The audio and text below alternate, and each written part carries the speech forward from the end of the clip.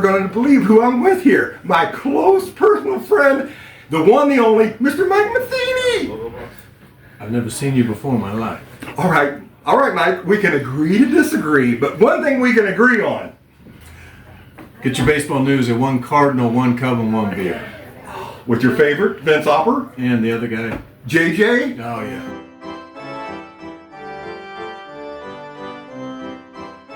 Welcome to One Cardinal, One Cub, and One Beer, the April 22nd, 2025 edition. Is that Yachty? That's my Yachty cup. Look how big that cup is, man. That's a day's worth of liquid right there. Yachty. Yeah, I had a big cup too at one time. Oh, I can spot 12-year-old humor at the drop of a hat.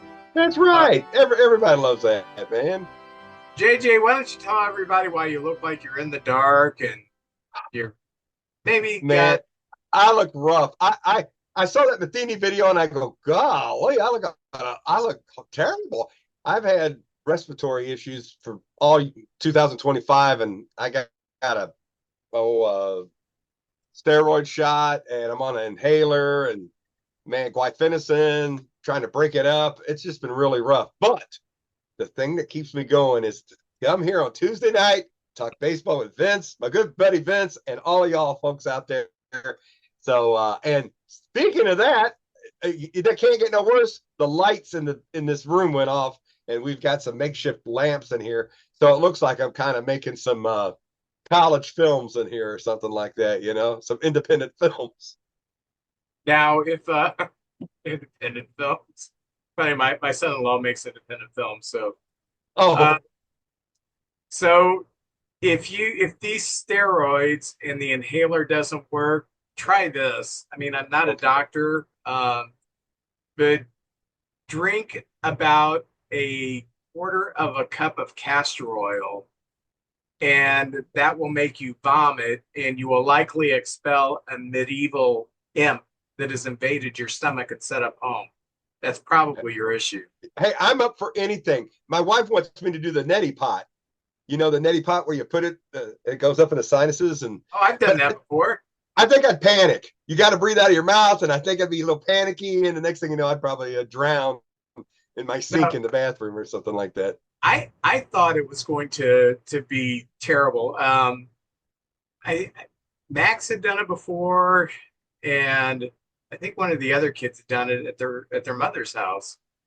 And so I was having terrible sinus problems, and so I tried it, and it was really kind of nothing. I thought I was going to drown, and then when I actually did it, just that's nothing. It just goes right through, and you got cleared up pretty good.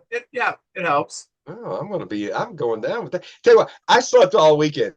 I watched the Cardinals, but I just, usually I have a ritual. I sit in certain spots, or I'm doing all kinds of stuff. I just laid there and watched them, and so disappointing. But I stayed home. The family went and did church and all that. But my wonderful wife got me an Easter basket. Look at that. Look at that. I got an Easter basket. She got all the kids' Easter baskets. And my favorite Junior Mints Easter candy. So, man, I don't feel like eating any of that, but I appreciate it. Still the same. I hope you had a wonderful Easter your way. I did have a good Easter. We only have 2 left that are living in the area. So my mother-in-law had hip surgery last week. And so she usually makes ham on Easter, but she just had hip surgery. So even though tax season ended last Tuesday, Wednesday she had hip surgery. So Kathy's been busy helping her. So I made the ham, and I've never really made a glazed ham, and it came out okay.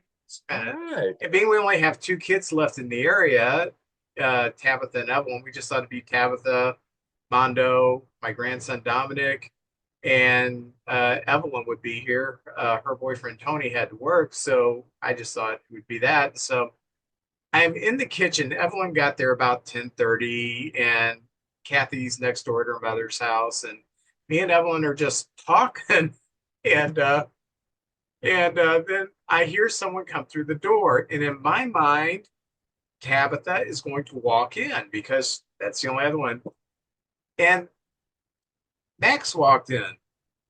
And I swear to God, I know I'm getting old because the first thing that came to my mind was, why did Tabitha grow a beard? I'm not kidding you. And then I thought, wait a minute, that's not Tabitha. And I looked up, I said, what the hell are you doing here? He surprised us, drove I guess it's Oh, 8 hours to Omaha.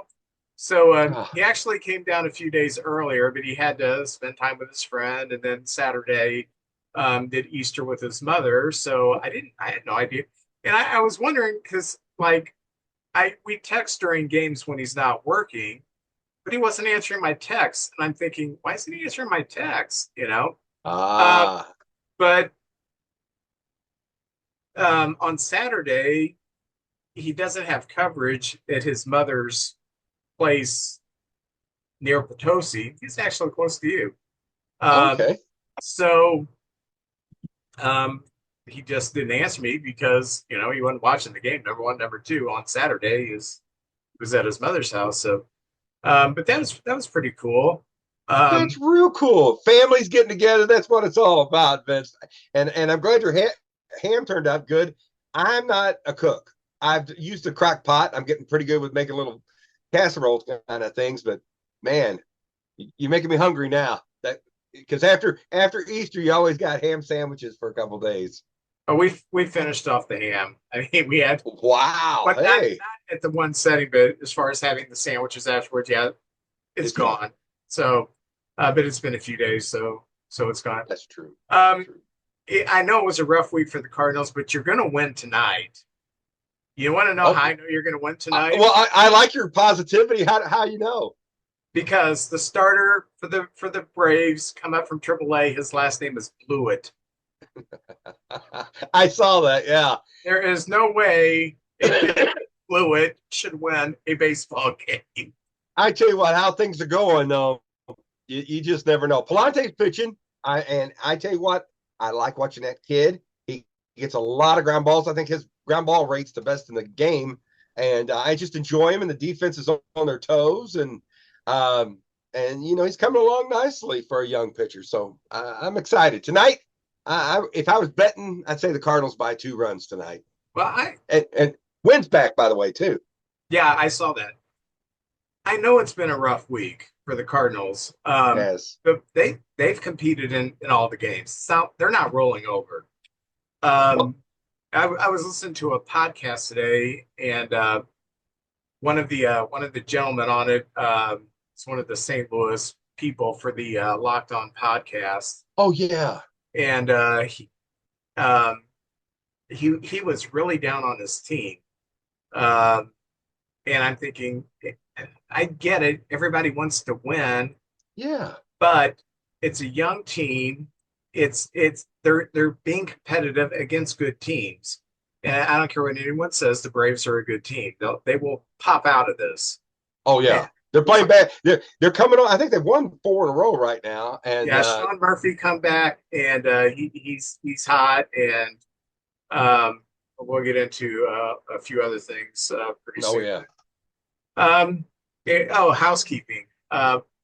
Please like us on Facebook. Those of you who are watching the YouTube channel, please make sure you subscribe to our YouTube channel so you can have our information as soon as it drops. You can contact us through one Cardinal, one Cub, and one beer. You're going to want to tune in next week because next week is Beer Corner for April. Yeah. ooh yeah. If you'd like to be a guest, like to be on a panel, you have an interesting baseball story, something like that, please get a hold of us in one way or another. Let us know, hey, I know a lot about the 1921 Cleveland Spiders. And I knew you were going to say spiders. That's what when you paused, I said Cleveland. I was going to say Cleveland Spiders. Excellent, Liz. We're on the same wavelength today. there we go. So it's Radar Love. Those of you who like classic rock, that's one of my favorite songs. Golden earring, yeah. Oh yeah.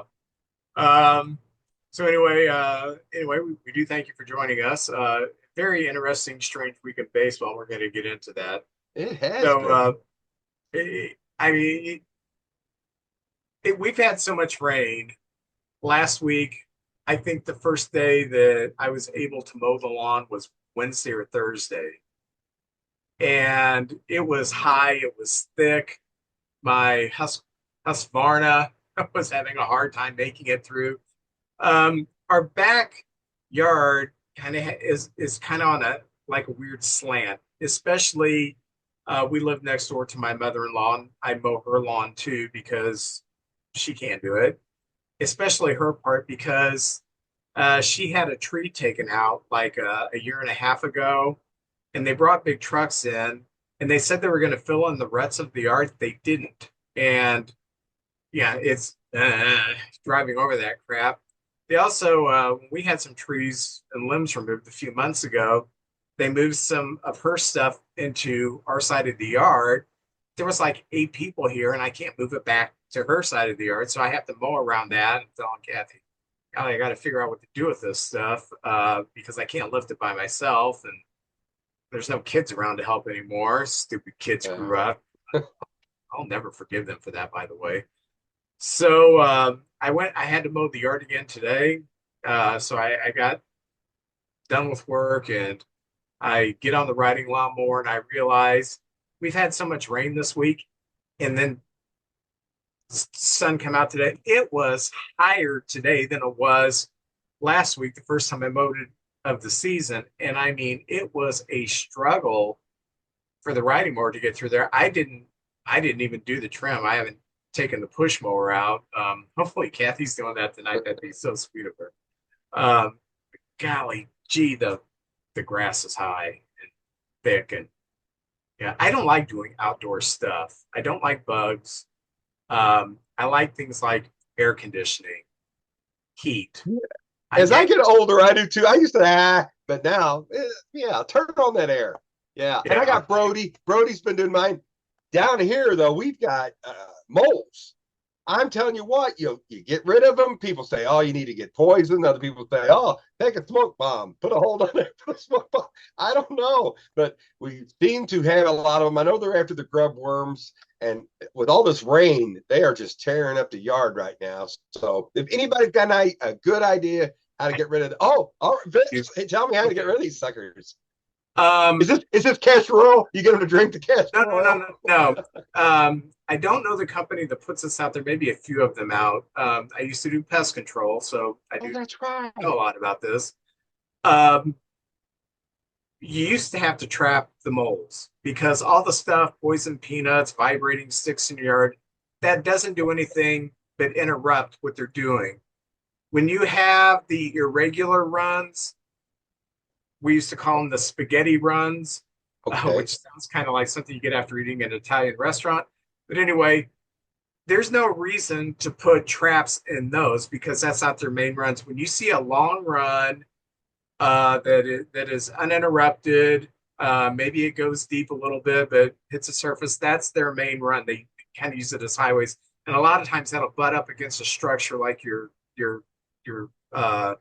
sidewalk. But anyway, what we used to do is we used to set traps, and the traps are dangerous. There's the spear traps and then there's the scissor traps, and both of them are dangerous.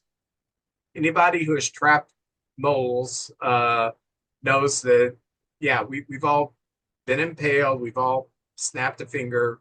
But now they got this product. It's a plastic worm, and you inject a poison in it, and you put that directly in the run. Moles have to eat almost their whole body weight every day, and they don't just eat grubs. They eat anything that is moving in front of their face. They perceive food. Earthworms, grubs, ants, anything that they perceive to be food, they will eat. And they will perceive this because the texture feels like a worm to be food. They will eat it, and then they will die. So that way you don't have to mess with the traps anymore, but make sure you put those worms, those fake plastic worms, on there in the ground in their long runs. Don't do it in the spaghetti things. Those are just runs they only use once. And you can get those at like Home Depot or Lowe's, and you can ask them, tell them what you're looking for. But don't get like the poison peanuts and stuff like that because it doesn't work. So. Okay. Thanks, Vince. I'm glad I even brought that up now. All right. No more moles for me. By next week, I would predict. Okay. So let me know how that goes. I sure will. Talking about, man. They ate that stuff and they grew like 3 times the size and faded the house. Oh, man. Sorry about your mole problem. Oh, don't. It's life. So this is uh one cardinal, one cub, and one mole today. So or a few moles.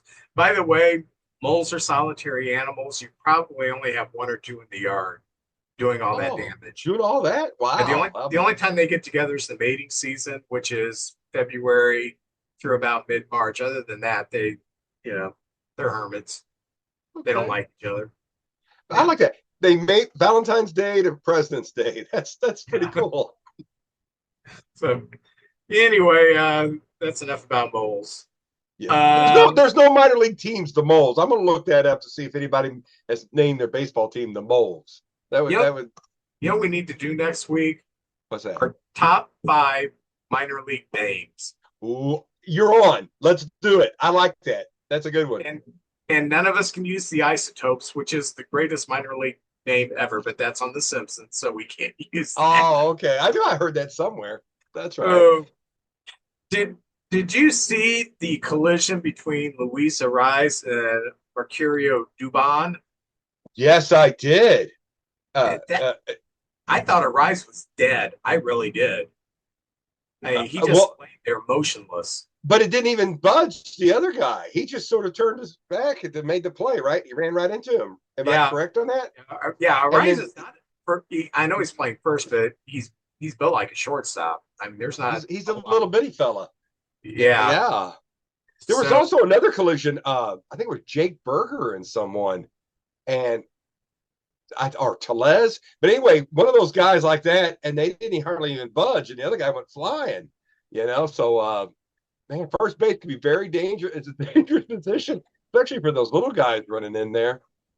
But I haven't seen so many collisions at first base in my lifetime in a week like that. Every once in a while you'd see something. A guy would throw a ball in, and their arm would get in the path of the runner.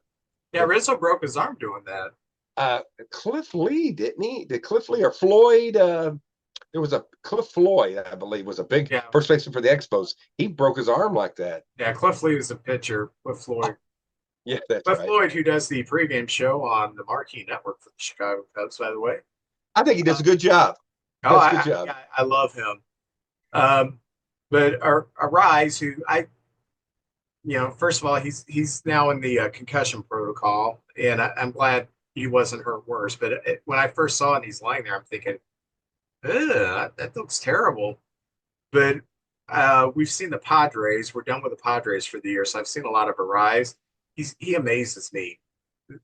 He's got one of the lowest exit velocities in baseball.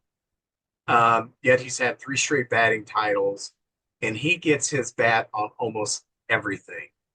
I mean, to him to whiff at anything, you might as well stop the world, because the only times he really strikes out is looking.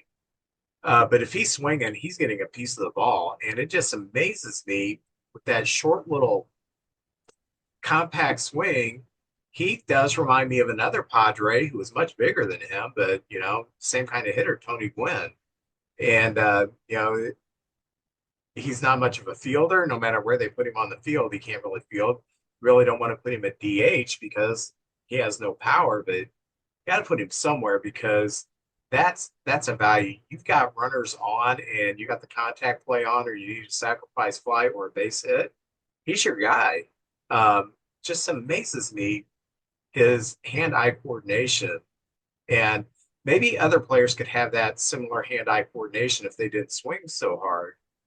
But he's a throwback. He is a classic contact hitter. I know he's got special skills, the hand-eye coordination, like you said, but I wonder if it's a lot of it his studying, how much he puts in. Like Tony Gwynn used to watch video. He was early in the video watching game. Maybe Ariz just studies these pitchers so well, and he's not, like you said, a power guy. They can kind of cheat in a little bit. he's above average speed, I would say, but I don't think he's necessarily PCA and Victor Scott the second, Ricky Henderson speed. So he's not just slapping the ball and beating it out to first base, He's which faster makes than Henderson. well, um, yeah, but that makes it even more incredible what a hitter he is. Just slaps it in the holes and gets on base. You can win with players like that. I mean, Yeah, when the you can. Cardinal in 2000, what was it, 23, when we were so bad, uh, I would have we just struck out too much. And when you've got guys like that putting the bat on the ball, as the Cardinals have seen this year, when things were going pretty good things happen. People make mistakes. You got the hit and run on, and there's a hole, and the guy's going to be first and third then. So I enjoy watching the guy. I really do. I'm pulling for him, and wouldn't it be something if he wins another batting title? Yeah, Uh, I do too. I hope he has a run of batting titles like Wynn and Carew and yeah. Boggs, the great hitters when we were Griffin. growing up. And those players we looked at as the best hitters in baseball. Now you Oh, get, yeah. he's not a great hitter. He only hit 14 home runs. I like home runs, but boy, I sure like to see that throwback player who, Nico Horner, his strikeout rate is like usually arises leads the league in Nico Horner's second or third. Guys who just put the bat on the ball because good things happen when you put the bat on the ball. So, um, I had never seen this. I've seen it go the other way, but I'd never seen this. Max Fried had a no hitter going, I believe, in the seventh inning, and there was a ball that was hit towards Goldschmidt, and Goldschmidt didn't come up with it, but it was going towards second base, and I don't the guy Chapman who just got called up, he was running for the Rays.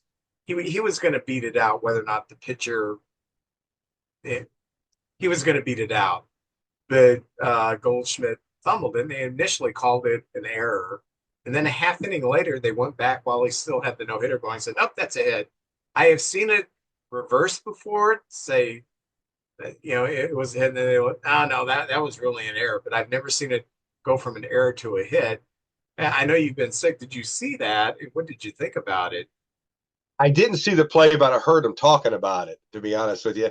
And it just the optics looks bad. I wish they would make the decision and stick with it, not come back later. And the guy's got a no hitter going. I think there was a lot of booing from the crowd, like, come on, that's ridiculous, that kind of thing. Of course, in Yankee Stadium, they're always booing. I think, was it the Yankees? Yeah, it was the Yankee Stadium. So anyway, yeah, it just looks bad. And I feel bad. And I don't know. I don't know what you can do about that, to be honest with you. But I Well, feel bad for everybody involved. But I think the no hitter got broke up eventually anyway. yeah, it did. So In the end, they, it didn't matter. But I agreed it was the wrong call at first, and it should have been a hit because he was going to beat it out, even if yeah, Goldschmidt came up with it.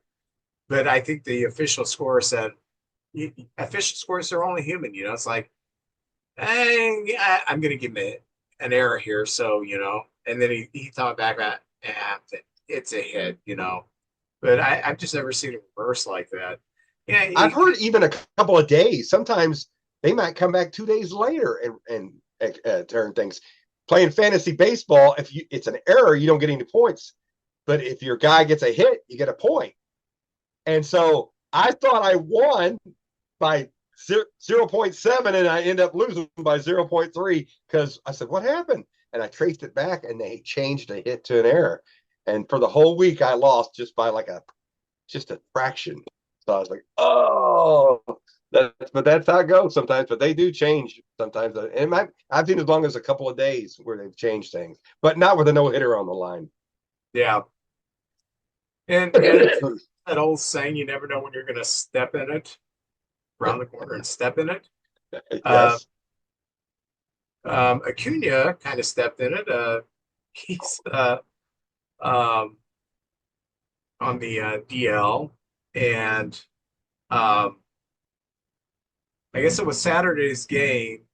Jared Kelnick got thrown out at second base because he was admiring a long drive that he thought was going to be a home run, hit off the top of the ball, got thrown out of second base.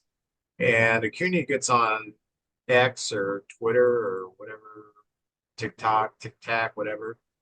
And he said, if it were me, they would have taken me out of the game. And then he deleted it, but it's like people who delete stuff. Hey, it's already out there. People have seen it, so and people always screenshot that stuff. So I have seen the screenshot of it. Mhm. I don't disagree with him, but I I'm with you. disagree that I don't put it on social media. That's a clubhouse thing. Yes. And I think if I was him, I would have went to Snitker and said, if that was me, you would have taken me out of the game. I don't know if Snitker has an affinity for Kalanick or if he doesn't particularly like Ronald Acuna. I'm not sure, but yeah, I think these are grown men, and if you have a grievance against your manager, one of the coaches, talk about it like grown men. But gee, man, don't put it on social media because that's just going to amplify the problems tenfold. I saw the media ask Snicker about that, and he kind of fumbled through it. The optics was bad. But Vince, I've always like Tony La Russa. I think he's a great manager, but I don't think he treated every single player the exact same way. Albert Pujols, he could hit one and it'd go to shortstop right to him, and he wasn't busting down the line like, say, a Rex Hudler would or somebody like that. And other people might, he might get on to who didn't hustle. Also, if you've got a great player and a young kid, I remember Enos Slaughter one time, he was known for being like a Pete Rose, Charlie Hustle. But early in his career, he was like kind of walking in out of the outfield. And the coach said to him, "Hey, Slaughter, you too tired to run off the field? Maybe I should get somebody else to come out there for you." And he said ever since then, he ran to his position. He ran back. And I don't know, maybe as like a father figure, an older man, he was like, this kid's got talent. And I want to see him get the best, most out of his talent. I don't know. I'm just talking. But I do know that sometimes some of the elite players get a break. But it just looks better if you treat everybody exactly the same, and it does look bad. And I hope they get behind over this, because that's a good team, and I think Snicker's a good coach, and Ronald Acuna Jr. is one of the best players in the game. But something like that could cause a problem in the clubhouse, a split clubhouse or something. I just hope they get past this, because it's fun watching the Braves, and they're a very good team. Yeah. Well, you take the tweet out of it, and I'm sure every player on the team agreed with Acuna. Yeah. And that drives me nuts too. Guys who sit there and watch what they think is going to be a home run. And Yes. I'm not saying you start off sprinting, but even if you think it's going to be a home run, start running to first. Don't just sit there and admire it. Okay, if it's going 450 feet, maybe I do sit and admire it. But if there's a question whether or not it's going to leave the yard, I'm at least putting a little more than a jog towards first base. And to stand there and watch it and then get thrown out of second base. Jared Kelenick's been around for about 4 or 5 years now. He Yes. knows better. He knows Yeah. better. And and that's also when you're scuffling like the Braves have been, you need to be running out everything. At least you can do is hustle. Yeah, You get paid. You're getting paid good money. Do you remember Tom Lawless in the World Series? And he hit a home run, and thank God it went over the wall, because he sat there and watched it and did a bat flip and everything. It barely went over the wall. We're like, oh my gosh, he's so lucky that was a home run. that may have been the first bat flip that I saw, but it wasn't like a bat flip like I'm showing you up. It's like, did I just hit that?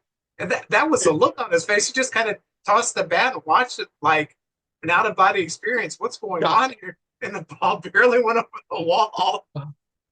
Those are bases. So now it's the home run that Ozzie hit off Niedenfuer when he never hit a major league left-handed home run. He's running when he hits the ball. I mean, he's and then when he rounds first and realizes he goes, he's like jumping up and down. It's just amazing. And Oh yeah. went crazy, folks. Went crazy, folks. So Vince, I got something for you. Social media, especially these play we're Vince, we're I won't say we're old, we're mature. We're getting mature in our time. Yes. And when we were kids, there was no cell phones. There wasn't no social media. But the players, a lot of people, even I think kids at the park, sit there just on their phones. And in baseball, and especially after the Astros thing, you can't go to social media until after the ball game. And I guess you heard about Jazz Chisholm, where he was arguing balls and strikes. He got struck out, was not happy, got ejected. He went to the locker room and got on social media and said something about the umpire, and then took it down immediately. But that's the second time, and since they put these rules up, and the penalty is you get suspended 1 game. Now he's appealing that. I don't know if he has really a foot to stand on there, but the other one was the guy who tried to steal base and his his phone fell out of his back pocket. I don't know if you remember that as well. Yeah. That was the other guy that got ejected. So that's one piece of that, because after the Astros thing, they don't want any kind of shenanigans going on.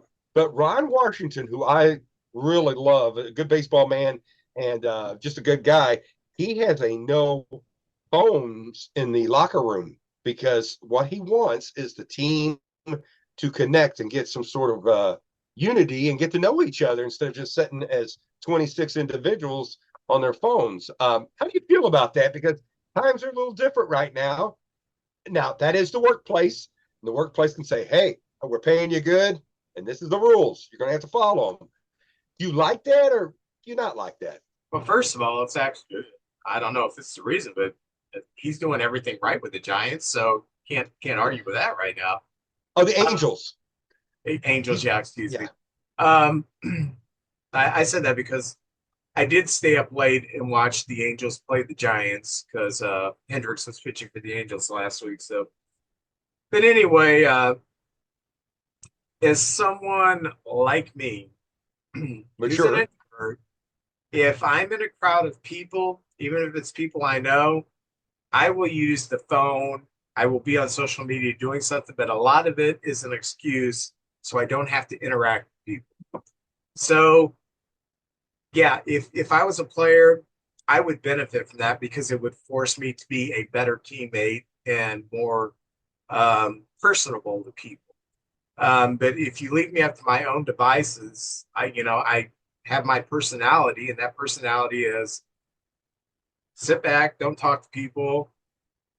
People annoy you. You don't do small talk. Chit chat is not fun for you. So I get on my phone and hey, here's a cute picture of a kitty or something like that. So yeah, I think it's a good rule. And what do you think about it? I agree, because you got these young guys and they might be afraid to go talk to the veteran, and teams used to sit around and play cards, and maybe it was about winning some money, but it was also getting to know each other. Hey, how you doing? Let's go have dinner after the game. Or I know they have these spreads where everybody sits and eats there now, but hey, let's go out after this, or a day off, let's go see a movie, something like that. So just getting the team to bond and care. And I always like it when somebody who's been struggling comes through. Contreras was struggling and he had a big hit, and the team was with him. They had his back, and everybody was hugging him, and it was just touching to see that, and everybody pulling for one another. That's something I would want to be a part of. I want to come through because I want to make my teammates, I want to succeed, so we all succeed, kind of thing. So I'm gonna. There's times to be on the phone. You got the rest of your day, but let's work on our craft, talk. Sometimes just a veteran player telling you something. Hey, look for this. This guy likes to jump out ahead. If you get an inside pitch, go after it. Just talking strategy and life, and being friend. I think that's what it's all about right there. And we're getting away from that with all the, where we all kind of just in our little bubbles here and there. So I like Warren Washington. I hope that works. And like you said, the Angels are playing good ball right now, and they haven't been good for a while. So hang on, let's see what happens.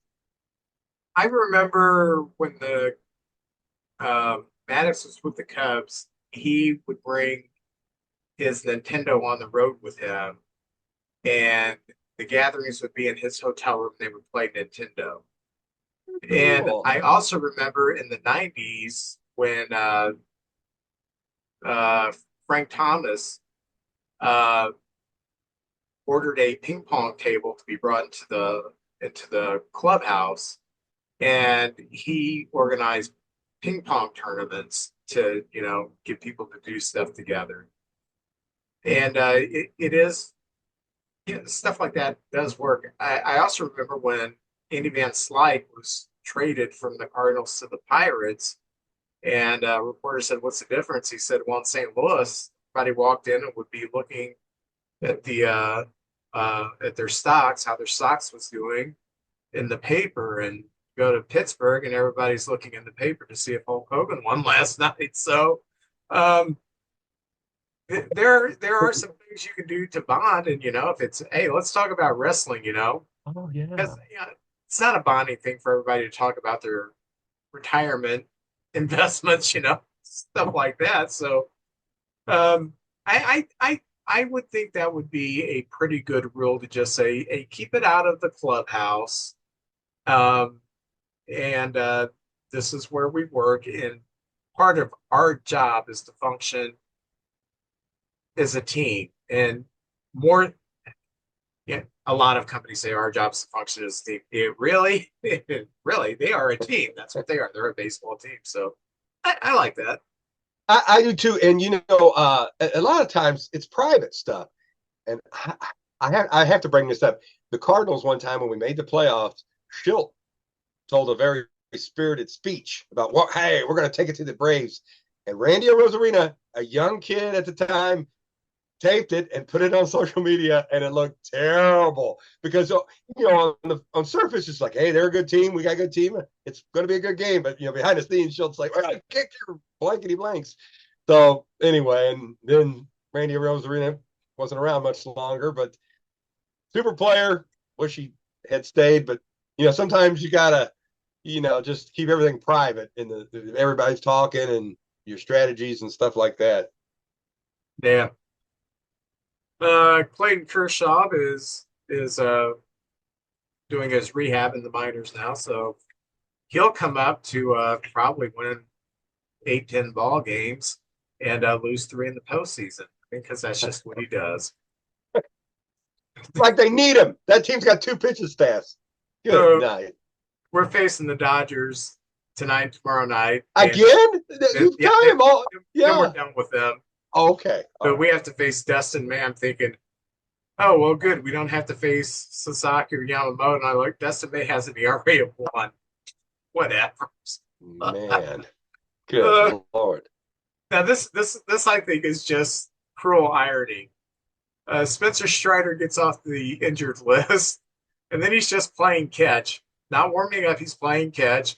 He strains his hamstring, and he's back on the IL. Didn't even make a start. My goodness. That's when God hates you. Man, you got to change something up. My goodness. Vince, I've got some by the numbers for you. This is by the numbers. These I love. I'm a stat freak. That's one of the reasons, the history of baseball and just statistical things. Liam Hendricks is back. He made a come. Yes, he's back with the Boston Red Sox, and he hadn't pitched in 681 days. And I'm just pulling for that guy. He's been battling cancer and Hodgkin's disease, and you thought his career was over, but here he is back with the Red Sox, and that's fantastic. But I looked this up. What do you think the longest distance? How many days or years between appearances in baseball? How long is the longest distance that a player played and then was gone for whatever reason and came back and played? I couldn't even guess on the games, but I've got 2 guesses for players. All right. My guesses are Minnie Messino Ooh, that's a good one. or Satchel Paige? Satchel Paige. Those are great. But here's the one. There's a guy named Paul Schwarber. Vince, he played in 1923 with the Brooklyn Dodgers. He came back and pitched for the Yankees in 1945. 22 years and 2 days. Here's what happened. He didn't have a big career. He goes down in the minors, becomes a coach. He comes up, he's coaching around. He finally becomes some sort of coach for the Yankees. And it was a long game. And during World War II, there was a lack of players. There wasn't that many players. And he came, I guess there was a rule. He came off the bench and pitched a game. So he pitched between 22 and 2 days. It took him, and that's a crazy record right there. That's a long time. Broken.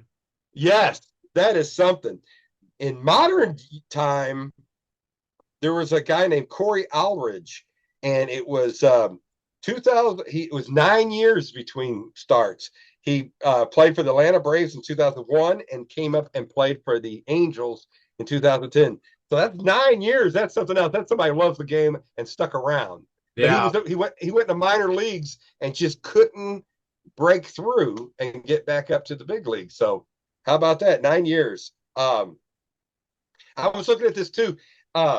Matt Chapman has 21 walks already as of Monday. And that's 2 ahead of Kyle Schwarber. And, there's 6 months. If you kind of do the math, I know everybody hates it. Oh, you hit 3 home runs, Tuffy Rhodes. So you're going to hit 500 home runs on the year. But, 100 walks is considered really good. And he's already got 21. And we're just, kind of getting to the last third of the month. And, but the record for April is 32 walks by Bryce Harper in 2017. So that's pretty cool, so he might be able to get that one. Okay. Vince, I like a team that battles the pitcher, taking pitches, fouling them off, making them work. I think it's 2 things. One, nowadays pitchers usually only pitch 100 pitches and they might go 5 innings. And 2, you get to see all the pitchers' weapons. You get to see, how good is his sinker today? How good's the curve, the fastball, everything. So the Cardinals have had about 8 bats with 7 to 10 pitches. I thought that's pretty good. And I remember the Yankees back in the late 90s, their whole team would just take pitches, get in your bullpen and work you down. Well, the longest at bat, would you care to guess? And it's a player who played in our eras of watching the game. The longest at bat for pitches, would you say is, and they haven't kept this stat. This is a stat that probably was done since the 70s. They don't know like Babe Ruth and Ty Cobb and those guys. But who would you think took the most pitches in that bat? What's the record? It'd just be a guess. Tony Gwynn. We're dedicated. It was 21 pitch at bat. And it was Brandon Belt from the San Francisco Giants. And I believe it was against the Cubs. And it was a guy named Jamie. I'm having trouble reading my writing. But at the end of 21 pitches, he flew out to right field. One and at bat, man, that's a tough at bat. Even though he got out, I'd give that guy a standing ovation. Making that kid throw about 1/5 of all pitches for the whole game. The Cardinal record is Matt Wieters with 19 pitch at bat, and he flew out. And the Cub record is Anthony Rizzo, a 14 pitch at bat, and it ended in a home run. Now that's even more impressive. Remember that. You remember that one, huh? And I think it was the 2016 season, the World Series season. It may have been the 2017 season. Jake Arrieta had a 13 pitch at bat, and he finished it with a hit. And I posted on Facebook, that was an amazing at bat, 13 pitches. And a friend of mine who knew baseball said, "So what?" I said, "Okay, you have a pitcher who's going to only throw 100 pitches. You've already he's 13% of them won at bat to the pitcher and it finished with a hit. That's kind of a big deal. That's deflating Oh to a yeah. pitcher, I could tell you that. But uh, Oh yeah. I think it's very frustrating for a pitcher when you get to like 7, 8 pitches and they're fouling it off, and you've thrown everything but the kitchen sink and they keep fouling it off. You're thinking, my God, what am I going to throw? You see a lot of those end in a walk, and it's just Yes. the pitcher. He's just going to keep fouling them off till he gets a hit. So I might as well put him on base and throw it to the next guy. But I do remember the Rizzo one that ended in a home run. That was big news. It's deflating to the other team. You go out there and just battle, battle, battle, and then you crank a homer. And then now he's got to start all over with the next one. And he's used up a lot of his pitches and stuff. Probably tired. Now with the pitch clock, too. You got to go out there. You can't waste time. They're always got you going. Yeah. Yeah. Oh yeah. If I was on my team and my pitcher was tired, you couldn't do anything about it, I'd have somebody in the stands throw a beach ball on the field. Hey, gotta get the beach ball, So you have to do that. You can take maybe get a little air or something like that. Baseball careers are strange because the because of injury or just you can just fall off the table. A couple of years ago, one of the brightest futures for a young pitcher was Mike Clevenger. Everybody wanted him. Cleveland was going to get rid of him, and I think the Padres ended up with him. And then he got injured, and last couple seasons he's been with the Sox. He's actually been DFA'd by the Chicago White Sox. That's rough. How you can go from an Oh all-star yeah. caliber pitcher, one who is generally looked at as one of the top 5 in the American League, get traded, injury happened, and you know, I don't know if his career's over with or not, but if the White Sox are DFAing you, uh, Yeah. yeah, poor guy. But he's making more money than I'll ever see. So I guess, I'd stick around. And for that kind of bread, I'd work on a knuckleball. Do something. yeah, Yeah. yep. Do something. That's all I got for general news. You got anything else? Well, yeah, I love these numbers, Vince. I saw that Tommy Edman is like 3rd in baseball. He's tied for 3rd in home runs. 7 home runs. Well, yeah, it's because his face Now, cuts a lot. After tomorrow, he's going to leave town. He's going to have 10 home runs. We cannot get the guy out. We can't keep him at the ballpark. And that's me and my friend last year. So, I'm happy for him. And I always thought we had 2 great utility players that could play anywhere and do everything, and they stole bases. And me and my friend Troy Lou always would say, I was a Tommy Edman guy, and he was a Brendan Donovan guy. But Tommy was going to go be a free agent before Brendan. So we got something for him, and he moved. And this Thomas Sajacy made him expendable because he's he's a rookie. And here, we moved on from Edman. But I'm happy for him. But he's got 7 home runs, and Vince, he's only 5'9" and 193 pounds. When you're pitching against these other teams, you say, "Oh my God, here's Dave Kingman. I'm going to try to pitch around him." Or here's Andre Dawson, or Albert Pujols, or Mark McGuire. You see these 2 or 3 guys, Kyle Schwarber. You see these guys on the other team, you're like, "Oh, good Lord!" But then there's some guys that put up a lot of home runs out. Mind you, Tommy Edman's best year is 13 home runs. He did twice with Cardinals. He's got 7 right now, and he might end the season with 7. Who knows? But Mookie Betts, he's only 180 pounds, and he's under 6 foot. And he that dude has 275 lifetime home runs. So I just kind of looked through here and looked for people that were smaller than 6 foot and less than 200 pounds. And and here's just some I'd like to. Corbin Carroll, 7 home runs. He's 5'10", 165 pounds.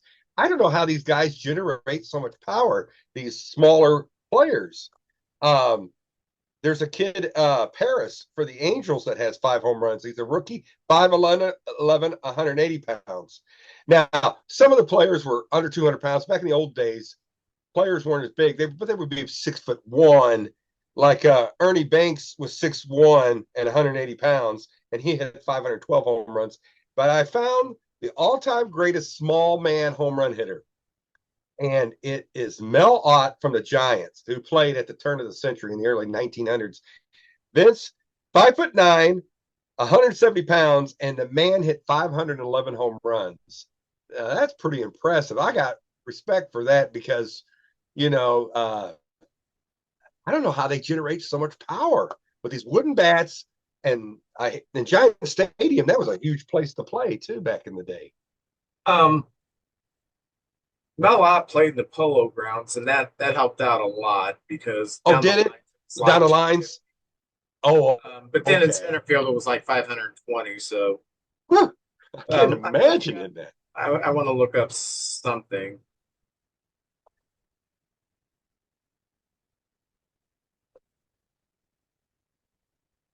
Like Duke Snider was 179 pounds. And so I was just amazed by some of these smaller guys, that have really Jazz Chisholm, 5'11", 184 pounds. He's got 6 home runs. I think that's pretty amazing. Yeah, the two that came to mind when you were talking about that is Kirby Puckett, but he may have been about 200 pounds because he was very thick. Yeah, Jimmy Wynn, I do remember he was small, 5'10". They got him at 160 pounds. I've heard he was 150 pounds. But the toy cannon. Yeah, Baseball Reference has him at 160 pounds, 291 home runs. That's amazing. Played a lot of those games in the Astrodome too. So, that's spacious. And by the way, Jim Wynn, he has a career WAR of 55.9. Nobody ever talks about him as a great player. 55.9 career WAR. Jeez, that's pretty dang good. He's with the Astros, and when he played for them, they weren't that good. Yeah. And maybe right there, south, middle of the country, so he's just sort of got missed, I guess. But yeah, that's a player we should spotlight one day. What a player, the toy cannon. Yeah. Fantastic. And Vince, I have one more question, just baseball related here. Juan Soto, highest paid player, superstar, just a path to Cooperstown. But this week he said that he missed having Aaron Judge batting behind him. Now, even if I felt that way, I don't think I'd say anything because you got Pete Alonso, you're with a new team now, and that's nice, but I probably wouldn't go public with that because I wouldn't want to, it almost sounds like you're longing, like maybe I shouldn't have left the Yankees. To me, how do you feel about that? I don't know. I think if you overthink it, then yeah, it looks bad. But in another sense, that's just common sense. I mean, he knew he was going to miss. Yeah. Aaron Judge with another team. Who wouldn't? So I don't think it was coming from a place of longing or anything against Alonso or any other Met player. I think it was probably asking miss. Yeah, miss him. Yeah. Yeah, he might have got asked that question too. I didn't hear that part of it. But yeah, and we want our players to be honest. We want them to talk and be honest instead of just, pattern answers to things. So yeah, I'm with you on that. Yeah. That's the way you feel, say it. Yeah. Vince, that's about all I got for general news. That's all I have. So what's going on with the Cardinals? I know it's been a rough week. Yeah, I want to talk about good stuff first before we get down to the bad stuff. I'm going to talk about Cardinal Media. Victor Scott II. A lot of people don't know this. He's from Atlanta, and that's a hotbed for rap. He's an inspiring rapper, and he goes by the stage name Argo, and he just dropped his 6th studio album. I am not a rap. I don't know much about it. I like the Beastie Boys. That's my favorite rap people. I like Vanilla Ice. Oh yeah, and Queen stole that song from him, Vince. So Queen stole that song from him. So anyway, he's got an album out right now with 13 songs on it. So maybe check it out. I haven't heard anything off that. It's got to be Vince, they're making Shaq Diesel. Oh, I haven't heard it, but I think he was on like Arsenio Hall doing some songs one time. I way back in the day. I kind of remember Oh, that. yeah, bad rapping. Oh, Not as is bad it as the bad Macho Man rapping? Randy Savage, but it was some bad rapping. Uh, Everything Macho did was great. Real quick, um, when I worked in the city, I was at this convenience store, and this guy's out there, and he's selling CDs, bootleg CDs.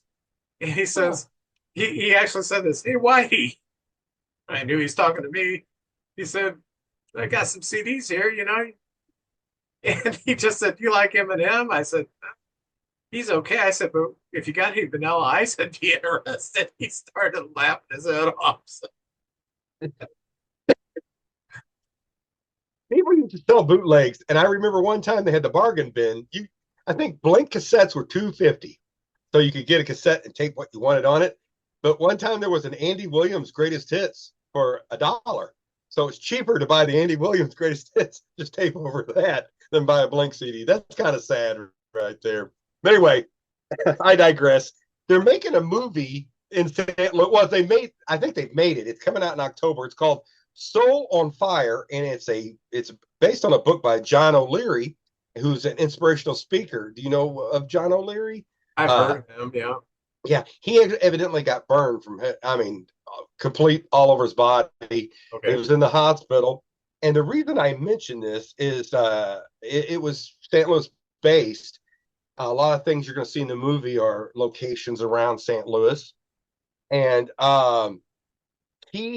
O'Leary is a St. Louis native, and he had a relationship in the hospital with Jack Buck. Jack Buck would come by and check on him, and talk to him, and he was just so inspired by Jack Buck.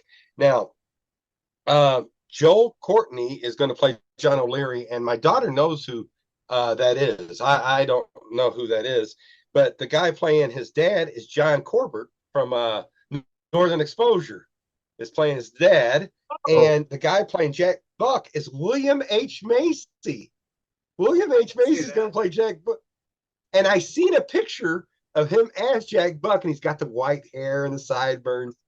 It looks pretty good. I mean, that looks pretty cool. I'm actually going to watch that. It's supposed to come out in October. So anyway, there's some social media stuff there right there. I saw that the Cardinals, as far as our hitters, were the third youngest team in Major League Baseball.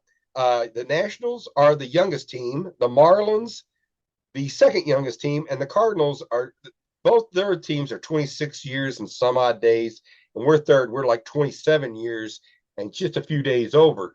So I ask the fans, just be patient. This is fun. We're seeing some of these guys. They're working through it. I love that they're just not jerking Jordan Walker out of the lineup. I like that they're giving all these guys, and there's some competition with all these injuries. We've seen, you know, the third string catcher come up and do an outstanding job. Podges is a much better hitter than I thought he was. Uh, some leadership qualities coming out of these players. Brendan Donovan, I said it earlier in the year, if we were going to extend, the first guy I would extend of the young players, but he's not so young anymore. I mean, he's been around a little while. I would extend him. He's become a leader on the team. Had a 14-game hitting streak, just looking good. I like the new hitting coach, and I like the approaches. Victor Scott II has shocked me. He from last year to where he is now, he's head and tails better than he was last year, and he's bunted, stole 8 bases already. I'm just excited to watch this team play, and I know I'm a homer. I am, and in the long run, it's all about wins, and we're not putting many wins together. Oh, it's odd. It's a tale of two cities. In St. Louis, we're 8-4, and we've only won one game on the road, but we're competitive. And a couple of years ago, we weren't even playing competitive games. And really, that's all. We're making some young player mistakes, but usually, I hate to say it, I thought our bullpen would be one of our strengths, and that has turned out to be probably our biggest weakness so far in this early going. Is we'll have one pitcher that just kind of blows up in the bullpen.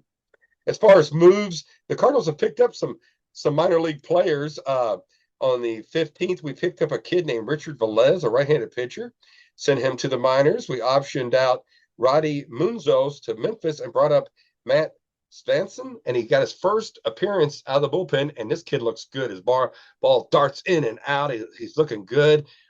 One appearance, but I like what I saw, and hopefully he becomes somebody we can trust. And right now he's kind of like in less stress situations. We signed a catcher, sent him to the minors. Mason Wynn went down to Memphis and did a rehab down there. The second day he was the DH and hit 2 home runs. I know he's not a home run hitter, but that's good to see him out there playing good. And then we knew Wynn was coming back on Tuesday. What are we going to do? And Thomas Sajacy is hitting over 400. Some days we get 5 hits, and JC's got 2 of them, and he's got the only extra base hits. He's played really good. He's a nice kid. Sometimes I wish he was a little rougher, like when them 2 guys collided and he kind of politely ran around him and got tagged out. Get in there, jump over him, get in there, score. But he's such a nice kid, and I just love his approach, and he's got some speed, and he plays it everywhere. But anyway, I was wondering, what are they going to do? Wynn's coming back. Are we going to send down Sajacy, Luca Baker? He's a right-handed hit, a power bat off the bench. Can't see that. Tiani, I know he's one of the favorites of the coaches. Brendan Donovan, not Brendan Donovan, but Gorman, who's just now starting to get in the groove a little more. What are you going to do? And the Cardinals ended up sending Ciani down, which is, I think, the right move. I like him. He's a very good defensive player, but he's just not hitting much. And they send him down to Memphis, and he'll be there in case somebody gets hurt or we need him, or all of a sudden he catches fire down there. So that's the team now. Wynn's back, and he's just the best shortstop on the team. The JC and Donovan play a good short, but Wynn's head and tails. That arm, there was a play last night where the momentum got away from us, and Donovan made a good play, but he didn't have the arm to throw the guy out. It was a bang-bang play, and it went safe. And from there, we kind of spiraled out of control. But I think if Wynn was there, his arm would have got the guy out at first. That's my 2 cents on that one. So that's the transitions right there. Let's see. I was going to talk about William Contreras. Vince, I'm going to tell you something. When he was a Cub, I noticed him, and there's a little. He celebrated, and I was like, that guy. But when he's on your team, you just fall in love with that guy. There was a hockey player named Harold Schneps, and when Schneps was on the other team, I hated him. He would poke check. He'd be in there getting rough and cornering guys and slam them in there, and you're like, that guy, can't stand him. But when he came to St. Louis, he was my favorite player. Harold Schneps was an instigator. He'd be in there doing whatever it took, the little things. And I just think Contreras is that kind of player. When he's on your team, you're like, man, that guy goes all out for you. So I kind of underestimated it, and I apologize. But, man, it's fun watching him play.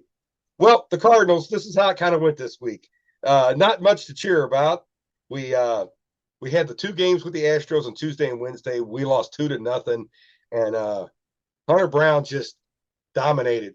He was just too much for us. We didn't get hardly any hitting. The rubber game of the series and the last game for the homestand, we played the Astros and we won 4-1. And JC again 2 for 4 with a double and an RBI and a run scored. Newt Barr hit a home run. Matt's his only start of the year so far, very good outing, and we won. And we were 9-9, and things were looking good. But we went to New York.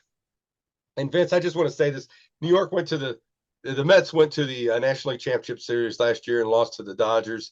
But they're a very good team. They're one of the front runners to win the pennant. Besides the Dodgers, and then you got the other teams. I think the Cubs are one of those teams too. But they're just better than us. We give them a good fight, but they were just a little bit better. And good teams find a way to win, but we lost the whole series. They took all 4 from us, and we haven't lost a 4-game series to the Mets in a long time. But they did, and I tipped my cap to them. They beat us 4-1, 5-4, 3-0, 7-4. And really, Vince, we had a chance to win. I'm going to say 3 of those games. We had a shot, but it wasn't to be. I give them my respect. And then we started our series last night with the Atlanta Braves, and they beat us 7-6. And I thought we were going to get that game from them, but it just kind of, like I said, there was a play at first, late in the game, and you could just feel it. I don't know about you, Vince, but sometimes you just feel like, oh no, you can feel that momentum. There's nothing you can do. And I'm a Cub fan, man. I have felt it all my life. Oh, There's certain things that happen, and you're like, I just got a sick feeling this is not going to go good. I told Faith last night, I go, oh no. And then uh, uh, I don't know. There was a couple things I told her about the game. I said, watch this, I could just tell. And anyway, that's what happened. But we came on at the end. Our team's got a lot of fight. We only lost 7-6. So anyway, good team. And I tip my cap, and hopefully we can get this thing turned around. And if anything, the Cardinals come back home. I think this weekend I might try to go Sunday and watch them play the Brewers because I enjoy the Brewers. Went up there the last 2 years, kind of been following them from afar, and it'd be fun to see them in the Cardinals play. So Sunday I might just make a trip up there and set out in the bleachers and watch the game. So anyway, that's it for Cardinal news this week. oh. Well, in Cub news, I want to start off by talking about the best player in the National League right now, and his name is Carson Kelly. He's been around for 10 years now. He was so promising. We heard about him for a few years coming up with the Cardinals. He's going to be the next. It's going to be the heir apparent to Yachty. He is going to be an all-star. He's going to be a great. It's not worked out. He did have 1 year in Arizona where he did hit 18 home runs, but only drove in like 47 runs. And he's basically been mostly a backup catcher, and that's what we got him for, his backup catcher. He's a career 228 hitter, and for his career, he has a 4.0 WAR entering this season. So what's he doing with the Cubs? He's hitting 371, and mind you, he's splitting time with Amaya. 371, 6 home runs, playing part-time, and he has an OPS of 1.50 right now. I mean, no, his WAR right now is 1.5. No, his WAR is 1.2, OPS 1.5. So he is just tearing it up. I know this isn't going to last, but he's 30 years old. Maybe he's a late bloomer, figured something out. If we can get him to hit above 260 and finish the season with, anywhere from 15 to 20 home runs, Oh yeah. we're thrilled. Um, How's his defense been? his defense has been good. He's just still got a pretty good arm. I've had no qualms with him defensively, but it's good to have. Amaya's having a good season too. He's not unconscious like this, but he's having a good season. But it's really good. Last year, our catching was so bad because Amaya, before he made the hitting adjustment, was terrible. And for the first half of the season, we had he was our backup catcher. Can't remember his name. We had the veteran backup catcher who age just caught up with him last year. Was it Gomes? Was Gomes Yeah, a catcher? yeah, Gomes. So, and then Amaya, they took away his leg kick. They set him on the bench for a few days, took away his leg kick, and then just came back and had a great August and September. And so he's doing good. He's hitting with some pop. He's got a home run. He's got a bunch of doubles. So if we get this kind of production for the rest of the year out of the number 9 slot, that's a huge upgrade from where we were at last year. Very happy with that. This week on Tuesday, while we were on the air, Matt Shaw was optioned to AAA, and Vidal Brujan was called up, and Matt Shaw looked completely overmatched. His defense was okay, but it wasn't anything spectacular. But even his hits were like soft hits, infield hits, and stuff like that, hitting well below 200. And he's got a severely closed stance, which may work in the minor leagues. But the first time I saw him in spring training, I thought, wonder how that's going to work when he's seeing 98 consistently. Yeah. And I think they're going to have to open up his stance and quicken his bat up because his bat looks slow. And that's something that is fixable. I'm not saying that he's a bad player.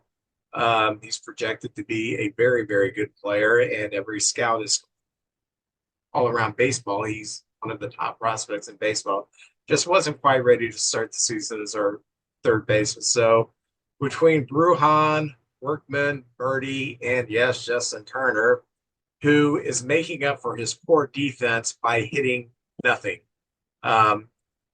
His bat looks terribly slow. Age has caught up with Justin Turner. So I don't know how long we're going to be able to keep him around. Between those four, we do have options at third base until Shaw figures it out, or, we trade for a solid major league third baseman. Eli Morgan's placed on the 15-day IL with right elbow impingement. We called up Valencia. Guy throws 100, over 100 miles an hour. And when his control there, he's great. I've always been high on Valencia. Nate Pearson was optioned to AAA. Luke Little was called up. Had one appearance, and I really like Luke Little's stuff. And had a terrible game. And then he was sent right back down after that terrible outing. I announced last week that Caleb Killian would be DFA'd. Nobody claimed him, so he signed back with the Cubs on a minor league contract, which I like because I do like his stuff. So he's, not on the 40-man, but he's still in the organization. And we did call up Jordan Wicks from AAA. So that was kind of the week. As far as the games go, we went 3-2 this week. Last Tuesday, we lost Arizona 3-2. Not much great happened. Bush drove in a run. Warner drove in a run, but we only had 4 hits, and Jameson Tyone, 5 innings, 1 run. Then in the end, Wicks got the loss. So that was against Arizona the first game. Second game against Arizona, which is actually the third game of the series because we start on Monday. We were on Tuesday. So I just confused everybody. But hey, welcome to my world. I'm always confused. So the final game, we were 1-1. So the rubber game against Arizona, we won 6-2. Tucker had a 2 RBI game. Suzuki hit a home run, 2 RBIs. Bush went 2 for 4 with a home run. Swanson 2 for 4. Ben Brown pitched 4 innings, only gave up 1 run. He did walk 4 and gave up 3 hits, so he pitched around trouble. That's why he only pitched 4 innings. Caleb Thielbar came in and suddenly looked like a pitcher. He looked great. 2 innings, no hits, no runs, and strikeout very good. Brad Keller pitched an inning. Valencia came in and looked dynamite. 2 innings. He did give up a solo home run, but he still looked great. And we defeated them 3-2. We had Thursday off. And then Friday, the Padres came to town. And the first game, we lost 4-2 to the Padres. We went to, did we go to were we in San Diego? I think. Yeah, we were in San Diego. Yeah. We went to San Diego. Where did they come here? I don't remember now. My golly, I'm getting old. Anyway, the first game against San Diego, which may have been played on Mars for all I know, Ian Happ did have 3 hits in that game that we lost 4-2. PCA was 1 for 3 with an RBI. Matt Boyd pitched good, 5 1/3 innings, only gave up 2 runs. This is the game that Luke Little pitched in and was sent right back down to the minors. 2/3 of an inning, 4 walks, 1 hit, and just not good. I am going to talk about Saturday's game against Arizona, which we won 13-11 in our next segment. Oh, yeah. And then Sunday, we finished the week beating the Padres 2-1 in 10 innings. Tucker had a couple of hits. Horner had 3 hits, drove in a run.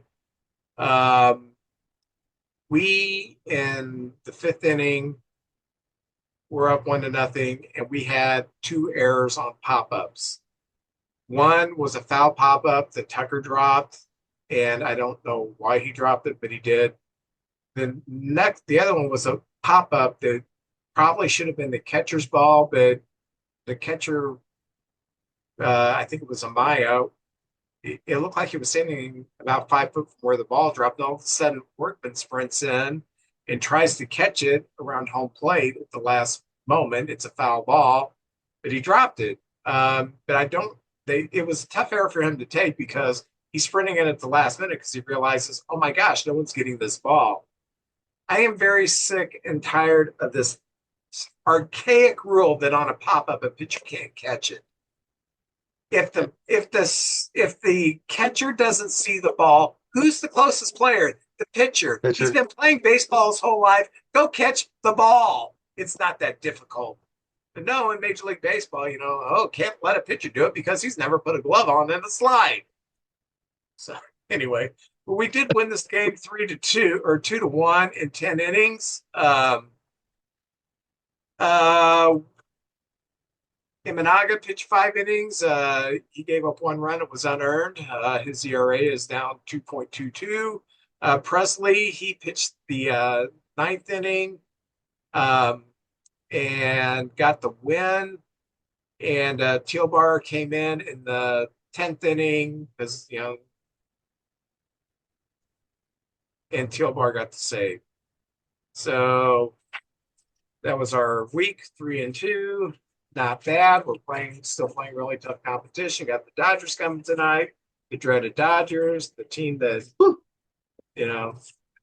drives you crazy because they're so good. And They're not in first. They're not in first though, Vince. That's a tough division right now. I'm telling you. But I don't like people that have a lot of talent like the Dodgers. And another person that's got a lot of talent that I do like is Jeremy Connor. A lot of talent. A lot of talent. Comes a time in every man's life when he needs some advice on relationships. You need to listen to the podcast DMDR, which stands for Dating, Marriage, Divorce, Remarriage, from my good friend Jeremy Connor, the Dr. Phil of the Boot Hill. You can find DMDR on Spotify or whatever platform you choose to listen to your podcast. All right. I'm sorry I stepped on that. In light of the Cubs weekend, and I'm going to get into the Saturday game, there were some crazy games in baseball this week. The Reds beat the Athletics 24-2. The Reds, who at one time got shut out 3 games in a row, suddenly explode for 24 runs. You never can judge when the stuff's going to happen. So in light of that game and the game the Cubs played in, I thought, why don't we look back at some of the crazy games that we have seen our teams play in our lifetime? And I've come up with 5 games that I have personally seen that are completely nuts as far as baseball games go. Wild and crazy games, entertaining, some that we won, some that we lost. JJ did the same thing for the Cardinals. JJ, I usually go first. Why don't you go first? Well, thank you, sir. Baseball's mysterious. You never know what you're going to see. When I first became a fan, it was 1974. I think Gerald Ford was president. And so my first game goes all the way back to the very first year I started watching baseball. And this was September 11th, 1974. And in honor of our good friend in New York, Mark, it was the Cardinals and the Mets in St. Louis. And in this game, it was Bob Force versus Jerry Koosman. A lot of you guys don't know Jerry Koosman. Koosman was one of the bright young pitchers of the Mets. They were so bad for so long, and they had Seaver and Koosman, and they came up and, they went to 2 World Series in a short amount of time. Very good players. And Bob Force, for us Cardinal fans, was a guy who has a lot of longevity records. Like he's in our top 10 in a lot of categories because he just pitched for a long time through 2 no-hitters. But in this game, it was Force and Koosman, St. Louis, and the Mets. I think we scored first. The Mets scored, and after 5 innings, the score was 3-1 Mets. Sounds good. But what happens after that? Force goes 6 innings and gives up the 3 runs. And in baseball, that's a quality start. He had a nice start, but Koosman was pitching better. Koosman's going for a complete game, and he's just owning the Cardinals. But in the 9th inning, with one out, he hits Mike Tyson, not the Mike Tyson, not the one that turned on Shawn Michaels at WrestleMania. Yeah, this was a little short, pudgy guy who actually was our shortstop at the time, and Ted Sizemore was our second baseman. Anyway, Mike Tyson got hit with the ball, and our third baseman, the Zamboni machine, Kenny Reitz, comes up, not a power hitter by any stretch of the imagination, but in the ninth inning with one out and Mike Tyson on first, Kenny Reitz hits a home run, and we're going to the extra innings. And boy, did we. Now, as a kid, this is probably fourth grade, fifth grade, somewhere in there. Vince, I fell asleep about the ninth inning. All right, ninth, 10th inning. I was excited. I maybe listened to another inning, and I just fell asleep. I had school the next day. I got up in the middle of the night, about 2 o'clock in the morning, and I hear the TV on in the living room. I guess somebody left it on, and the Cardinal game's on. I thought, what? Are they showing it again? And then I'm watching a couple innings, and I look down the corner, and it's like this 18th inning. And I was like, what the heck is going on? Is this normal? I didn't know. Is this normal? Finally, I got tired, and I had to get up in a few hours. I went back to bed, and the next day, I'm walking up the hill to go to the bus stop, and my friend meets me, and we start talking about the game, and he goes, hey, did you hear about the game? And I said, oh, yeah, I was on all night. When did it end? It went 25 innings. 25 innings. And I will tell you this, the winner of the game, here's some names from the past. Sonny Siebert, 8-8. He was 8-8. And the loser for the Mets was Hank Webb, who I never even heard that name before. But in that 25 innings, McBride had 4 hits, Kenny Reitz had 4 hits, and for the Mets, Felix Millan had 4 hits. There were some great old names from the mid-'70s right there. But Claude Osteen came out of the bullpen, and in relief, he threw 9 2/3 shutout innings in a 25-inning extra inning game. It stayed 3-3. You would think somebody could score a run, but no. They had starters in there pitching and everything. And Vince had ended at the 7-hour and 4-minute mark. And there was only 13,460 people at the game anyway. The Cardinals were only like 7 games over 500, and the Mets were 10 games below 500. And, it's September, mid-September. And Bake McBride got the hold up sign, and he just said, forget this. Ran to the stop sign and slid in and scored the winning run. And the Cardinals won 4-3 in a 25-inning game. I've never seen anything like that. And we played all night long. I can't tell you the repercussions because times went by, and I can't tell you how the teams did after that game or two. I don't remember. But as a kid, I'll never forget that game. It lasted all night long. And as a fan, I'm saying, hey, if I had been there, I know my dad would have drugged me out of there after like 10 innings. But as an adult, I'd say, hey, I get more bang for my buck. I'm staying. So there might have been 5 people in the crowd, and I would have been one of them. But Vince, that's my craziest game. That's my 5th craziest game, Cardinal game right there. My 5th craziest game occurred on July 28th, 1977. And this was a game that I watched at a friend's house. And I start watching about the 3rd inning. We'd been out playing wiffle ball, and we go in because it's hot. We sit in the air conditioning. We start watching the Cub game, and we couldn't stop watching it. The Cubs beat the Reds 16-15.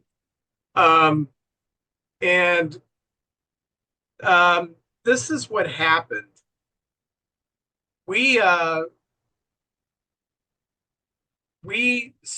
Cincinnati scored 6 in the first. We answered with 4. Then we had 3 in the bottom of the second. We're up 7-6 after 2 innings. After 3 innings, the score is 10-9. And then the run just kind of trickled in. But what made this game so friggin' crazy is that the Cubs ran out of infielders. So we had to have an outfielder play the infield. So what we would do is the only infielder, the only middle infielder we had left was Dave Rosello in the game. So Bobby Mercer, who had played some shortstop his very first year in baseball with the Yankees, Bobby Mercer was coming in and playing second base, and Rosella was at shortstop, or depending on the hitter where they thought he was going to hit it, they would switch positions. Mercer would play shortstop, and Rosella would play second. Well, then they were also after like an inning of doing that, they started bringing in Jose Cardinal too, who was an outfielder his whole career, and they Cardinal and Mercer were switching from outfield to infield based upon who was batting and who they thought was the best defensive position. So sometimes it went from batter to batter. Mercer would run out to right, Cardinal would run in and play for one batter. Then they would, oh well, I think it'd be better if Cardinal's out there and Mercer's. So they did the switch up because Cardinal was a very good outfielder, and Mercer was just an okay outfielder. So they wanted when the power hitters were coming up, the guys who could drive the ball, they wanted Cardinal in the outfield, so they put Mercer on the infield. When they had the light hitting people up, sometimes they bring Cardinal in and have Mercer play the right field, and they just kept rotating that for the rest of the game. It was so goofy and stupid, and I remember me and my friends watching it. Why do they keep doing this? Of course, we didn't understand the concept of losing an infielder, but the way they lost the infielder is that they pinch hit, or they had DeJesus at shortstop, and then they pinch hit for him with Cardinal. So Cardinal goes into the game. They also had Mick Kelleher, who was a great defensive second baseman, but Kelleher had been brought in early to pinch hit, and they actually drained themselves of middle infielders on accident. Armin Franks did this. We ended up winning in the 13th inning, 16-15. We had 24 hits. They had 19 hits. Dave Rosello, wow, the only consistent guy who was moving from second to short in that rotation, he drove in pinch hitter Rick Rushell, who stayed in and got the win, by the way. Drove in Rick Rushell for the winning run. Listen to some of these names. For the Reds, Pete Rose, 2 for 6 with a home run. Ken Griffey, 5 for 8 with a home run.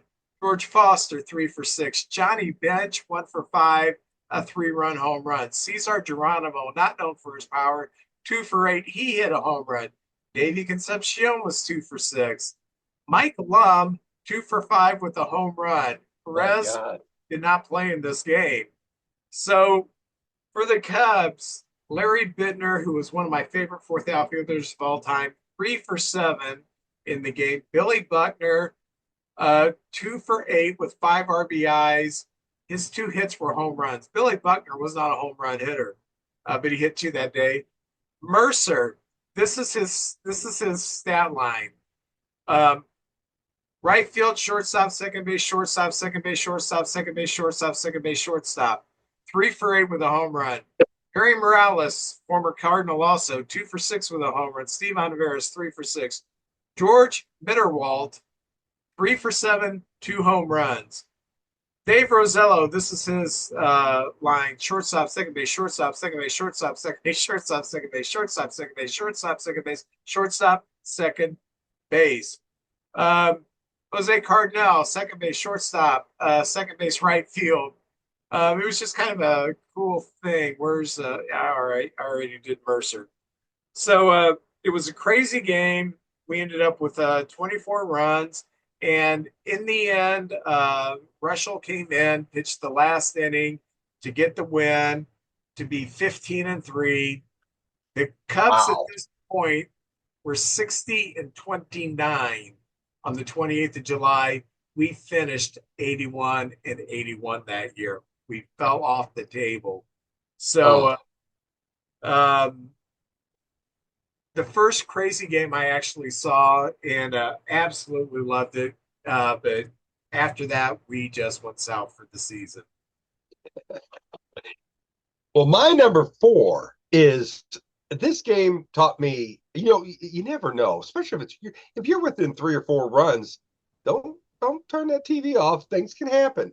But in this game, it's May 2nd, 2005, and we're playing the Reds. And at that time, us and the Reds had a pretty good rivalry going. Lot of lot of pushing and shoving and yelling and screaming at each other and all that. But that day right there, we were playing. It was Eric Milton, a guy I think of with the Twins, but he was the pitcher for the Reds that day, and it was Chris Carpenter. When Chris was on our team, he was our ace. But over the course of the game, the Reds had a 9-3 lead on us, and we were going into the ninth at Cincinnati. And most people, let's go out and play ball, or let's go do something. But I stayed and watched that game.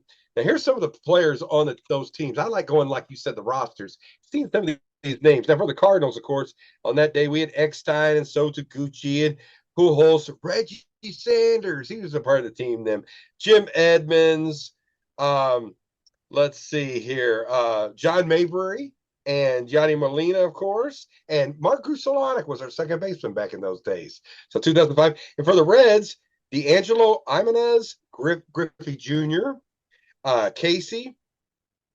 Let's see here. Adam Dunn, Joe Randa, who I had forgot was a Cincinnati Red, and Rich Aurelia, the shortstop, and Jason LaRue, who later was a Cardinal. So nice players. But we're losing 9-3, and they brought David Weathers in, mop up duty. Let's get out of here and get the win. But things just went awry. Let's see. I got Yadier got a walk. Nunez, our utility player, he got a walk, and then Eckstein got a base hit. And then Roger Cedeno came off the bench, and he got struck out. So bases loaded, one out. Pujols hit into a fielder's choice, and he got an RBI. So there's two outs. We got that. Reggie Sanders got a hit. So then they bring in Danny Gray, their closer. And Vince, I don't know about you, but sometimes when you bring a closer in and the game's not on the line, sometimes they lose their focus or something like that. And that's pretty. Yeah, last night with the Braves, they brought in their closer, and I told Faith that. I said, sometimes some closers, they're not as sharp when the game's not right, the game's not on the line. Jim Edmonds hits a 3-run homer. Chris Solani reaches by an error, and Yadier Molina hits a 2-run homer to win the game. And the Cardinals come back in the bottom of the ninth, score 7 runs with errors, walks, home runs, little dinkers out over the some days it's just not your day. And Vince, sometimes when you feel that momentum, either way, where you see things like, oh no, I just got a bad feeling, or wait a minute, this is happening, and it goes that your way, the team just can't stop it. They can bring in every pitcher they got, and they just can't stop it. And that was one of those things. And I don't know if we were necessarily that good, but we were blessed for that one day and came back 7 runs in the bottom of the ninth and won that game. So anyway, that's my number 4 game. My number 4 game hurts, so I'm going to go through this real quick. October 14th, 2003, the playoff game 6 against the Marlins. We have a 3-0 lead going into the 8th, and Mark Pryor is looking unhittable. And with 1 out in the 8th, he gives up a hit. And then there's a pop-up along the left field wall that Moises Salou is going to go over there and try to catch. And a fan who will remain nameless because I think he has suffered enough, suffered way too much, reached up to catch the ball and interfered. And they score a run. It's 3-1, and they have a runner on first base with 1 out. And Pryor,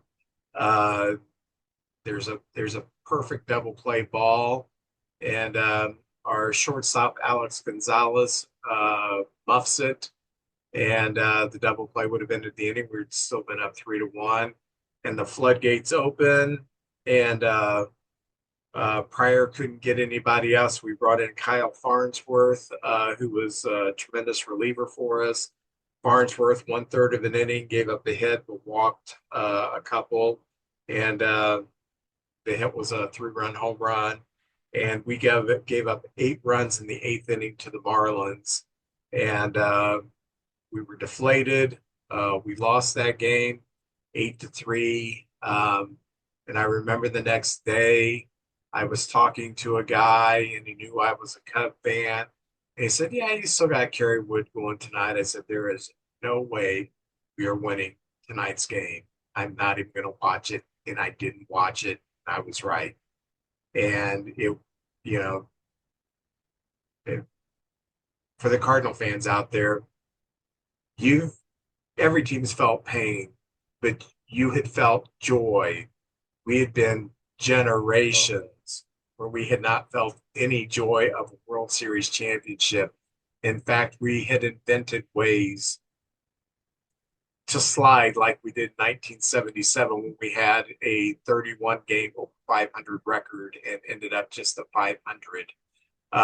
We've had the situation with the playoffs in '84, the playoffs in '89, where Will Clark saw Maddox say fastball inside, read his lips, and hit the home run.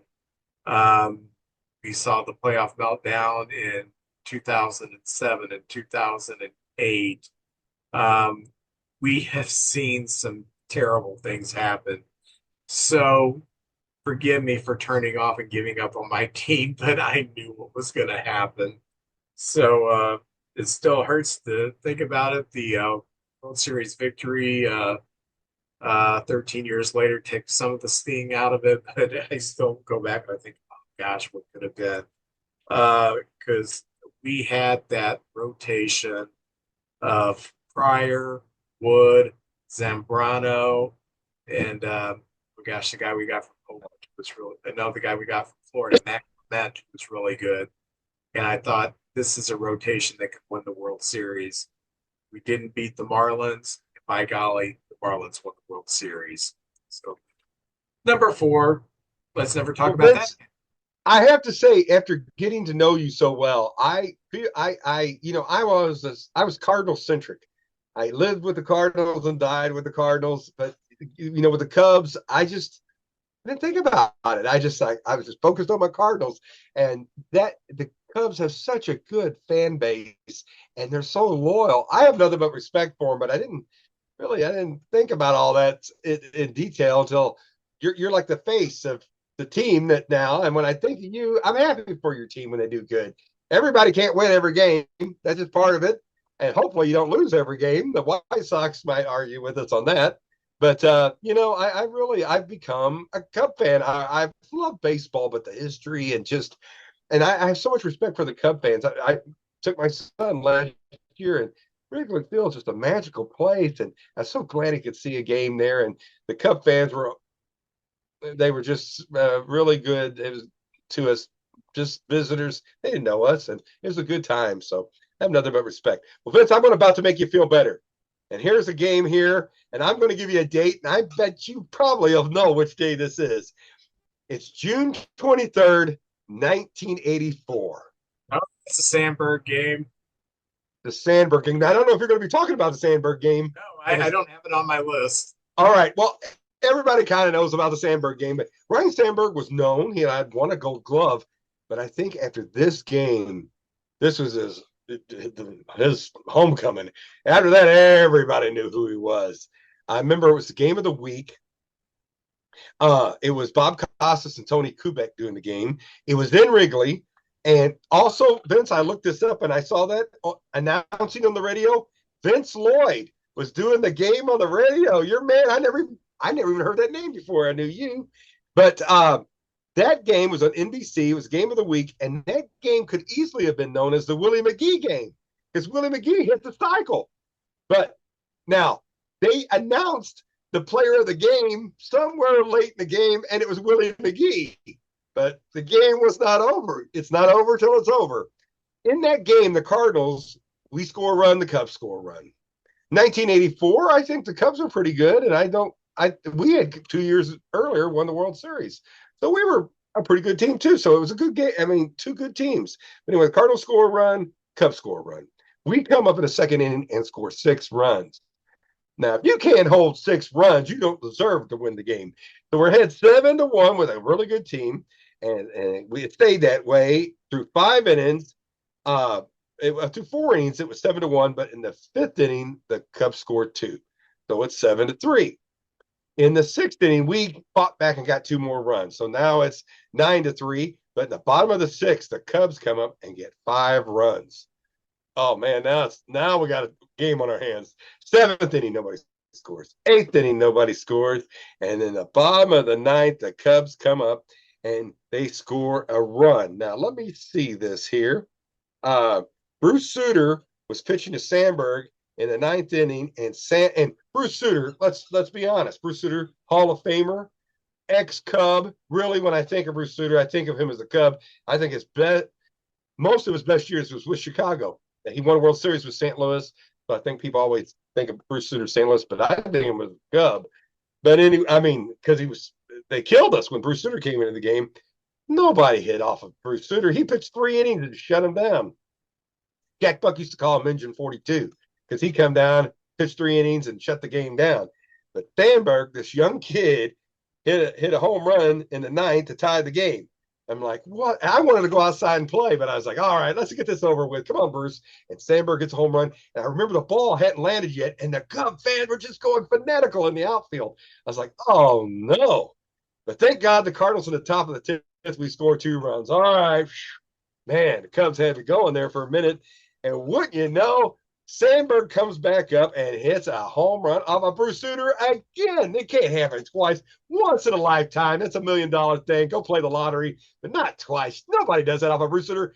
Ryan Sandberg did it twice. Now we're tied after 10 innings. The Cardinals didn't score in the 11th, and the Cubs come up and get a run in the bottom. And basically, the bases were loaded, and you guys had a rookie named Dave Owens, and he got a hit and scored the run. And the winning pitcher of all people, Lee Smith, who later comes over and pitches about 5 years for the Cardinals. And the losing pitcher was Dave Rucker. I think he walked a couple of guys there. No excuses. They beat us. And that was one of the games. I tell you what, I've never got over that game, Vince. Here we are, 1984 to 2025. Vincent still eats at me like, how did that happen? How can the team, you've got a top-notch team. How can you let another team? I'm not saying it's because of the Cubs. When you got a lead like that, and I don't know. As a player, you're supposed to just forget about this game, get ready for the next. But I think that game lingers for the rest of the year with you. So, well, that's my number 3. And I tip my cap to the Cubs. That was probably the toughest loss minus playoffs that I've ever received as a Cardinal fan. So number 3, the Sandberg game. I heard Sandberg interviewed like 20 years after, and he was talking about how when he came up, when hitting was talked about, they always tried to, and I remember this, you aim for the top of the ball when you swing because your stroke is probably going to be a little bit lower and you're going to hit the fat part of the ball and get the line drives because you were taught to be a line drive hitter. A few players would be home run hitters, but most players were, taught to be line drive hitters. He said Sutter with that split finger fastball, that was the first time in his career he thought to himself, I'm going to try to hit under the ball because the ball is going to go down. And he hit both of those home runs off the splitter. And that kind of revolutionized the way he started hitting. He started hitting more towards the, more of an upper swing, and that's how he became a home run hitter. But if, he didn't hit those 2 home runs off his, probably would have went the rest of his career just trying to be a line drive hitter. So awesome game. Great player. Stole bases. He power. One of the best defensive second baseman. Top-notch player, Ryan Sandberg. Well, my third game is the one that just happened on Friday, Saturday. We're playing Arizona, and we have a big lead. The score is 10-3. So it's in the 8th, and no. It is, well, it's 3-1 going into the 8th. That's where we are. It's 3-1 going into the 8th. We got a lead, and Arizona comes up to bat, and they scored 10 runs in the top of the eighth. Oh, And it was ugly stuff going on here. Colin Ray had pitched 4 2/3 inning, only giving up a run. Keller pitched great coming out of the pen. Merriweather pitched great. Then we bring in Jordan Wicks, who just come off the disabled list because we've got this giant lead. Wicks, within 5 pitches, gives up 3 singles. Okay, so now I'm thinking, okay, we're just a grand slam away from this getting interesting. The grand slam will make it 7-5. Um,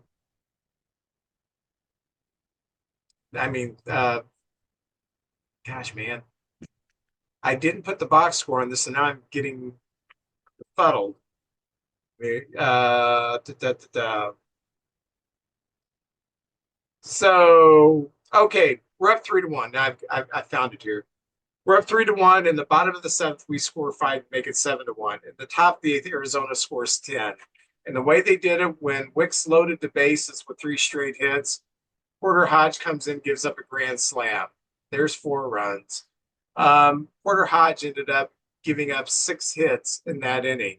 So then we bring in Roberts, who gives up another home run, and they scored 10 runs in the top of the eighth inning to take a 10-7 lead. So then in the bottom of the eighth, we score 6 runs. Gosh, man, why am I? Yeah, we score 6 runs. So if in the bottom of the seventh, we score 5, top of the eighth, Arizona scores 10, bottom of the eighth, we score 6, and we win the game 13-11. Presley came in the last inning and got the win to shut it down. We had a home run by Happ, who was 3 for 5. Tucker was 3 for 5 with a home run. Suzuki 1 for 5 with a home run. Horner 2 for 4. PCA 2 for 4. Carson Kelly, the greatest catcher in the world, 2 for 4, 2 home runs. So it's the first time in Major League history a team has scored 10 or more runs after the 7th inning and still lost. This was going to be a classic Cub meltdown from the bullpen loss. And somehow we came back to score 6 runs with the Carson Kelly home run, 6 runs in the bottom of the eighth to take the lead. It was the wildest game that I had seen in a long time. And I couldn't wait I couldn't wait for the podcast to get here. And then I come in here and I butcher this because I'm getting tired. But tremendous game, and that's why I decided, yeah, let's talk about the crazy games that we have seen. And I'm so glad this one's going to be fresh in my mind for a while. The next day we lost 2-1 in extra innings. You're going to lose games in extra innings. But both teams just looked emotionally exhausted from the game before. So yeah, those low scoring games. So that's my third game. I'm going to go back and watch the condensed version of that. I saw the score and I was like, my gosh, it looked like a mini Philly. Well, I don't want to. I know you got some other games coming up, but it was one of those games where it's like, my gosh, there was no pitching in that game. What happened? But I'm going to go back and watch the condensed version of it. For 6.5 innings, there was great pitching. It's crazy. Well, Vince, my number 2 is a game I'll never forget. In this game, it was October 19th. Now, October, hey, we're getting this is playoff ball in 2006. And again, Mark, this is the game here. The Mets and the Cardinals in New York. So it's hostile territory. Over 56,000 people. I tell you what, I'd rather be home and play in front of the Cardinal fans, but man, they're loud and they're rowdy and they're good fans. And I'll be honest with you, Mets were always my least favorite team, and it was because it just seemed like we'd have a good team, but all the papers and everything would always be, oh, these New York teams and Boston and all them are so good, and they didn't really kind of overlook just Midwest teams. So that was my big bugaboo about the East Coast teams and all that. But anyway, this was Game 7 of the NLCS. We were supposed to play the day before, but they had inclement weather. You go back and watch this game, the players are wearing like turtlenecks and those things where it's just their eyes and stuff. It's very cold. The fans are wearing their winter gear. And in this game, it's Jeff Suppan starting against Oliver Perez. Really good game. Each team scores a run early, stays like that for a while. And there was a play. Scott Rowland hit, if it was untouched, was going to be a home run. And they had a guy, I have this name written, Indy Chavez, left field, jumps up, glove over the wall, and brings the home run back. And Vince, I had that feeling like, oh no, maybe this isn't meant to be, because the Mets were heavily favored. Names like shortstop Reyes and Carlos Beltran, who wore us out, Delgado, David Wright, Sean Green. And on the Cardinals, by now we've had that core together for a while, but Preston Wilson and Eckstein, Pujols, Juan Encarnacion, Edmonds, Roland, Molina, and Rafael Belliard playing second base. So anyway, great game. We fought. It's 1-1. Each team's got the other team on the ropes. Big play, strikeout. We get to the ninth inning, top of the ninth, and it's just 2006, but Yadier Molina Yachty was not the fastest guy. Yachty's batting averages were never extravagant until he had a couple years later in his career. But with the game on the line, he hit a ball almost exactly where Scott Rowland hits his. And I thought, Chavez is not going to do this again. He jumped, but this time he didn't come home with it.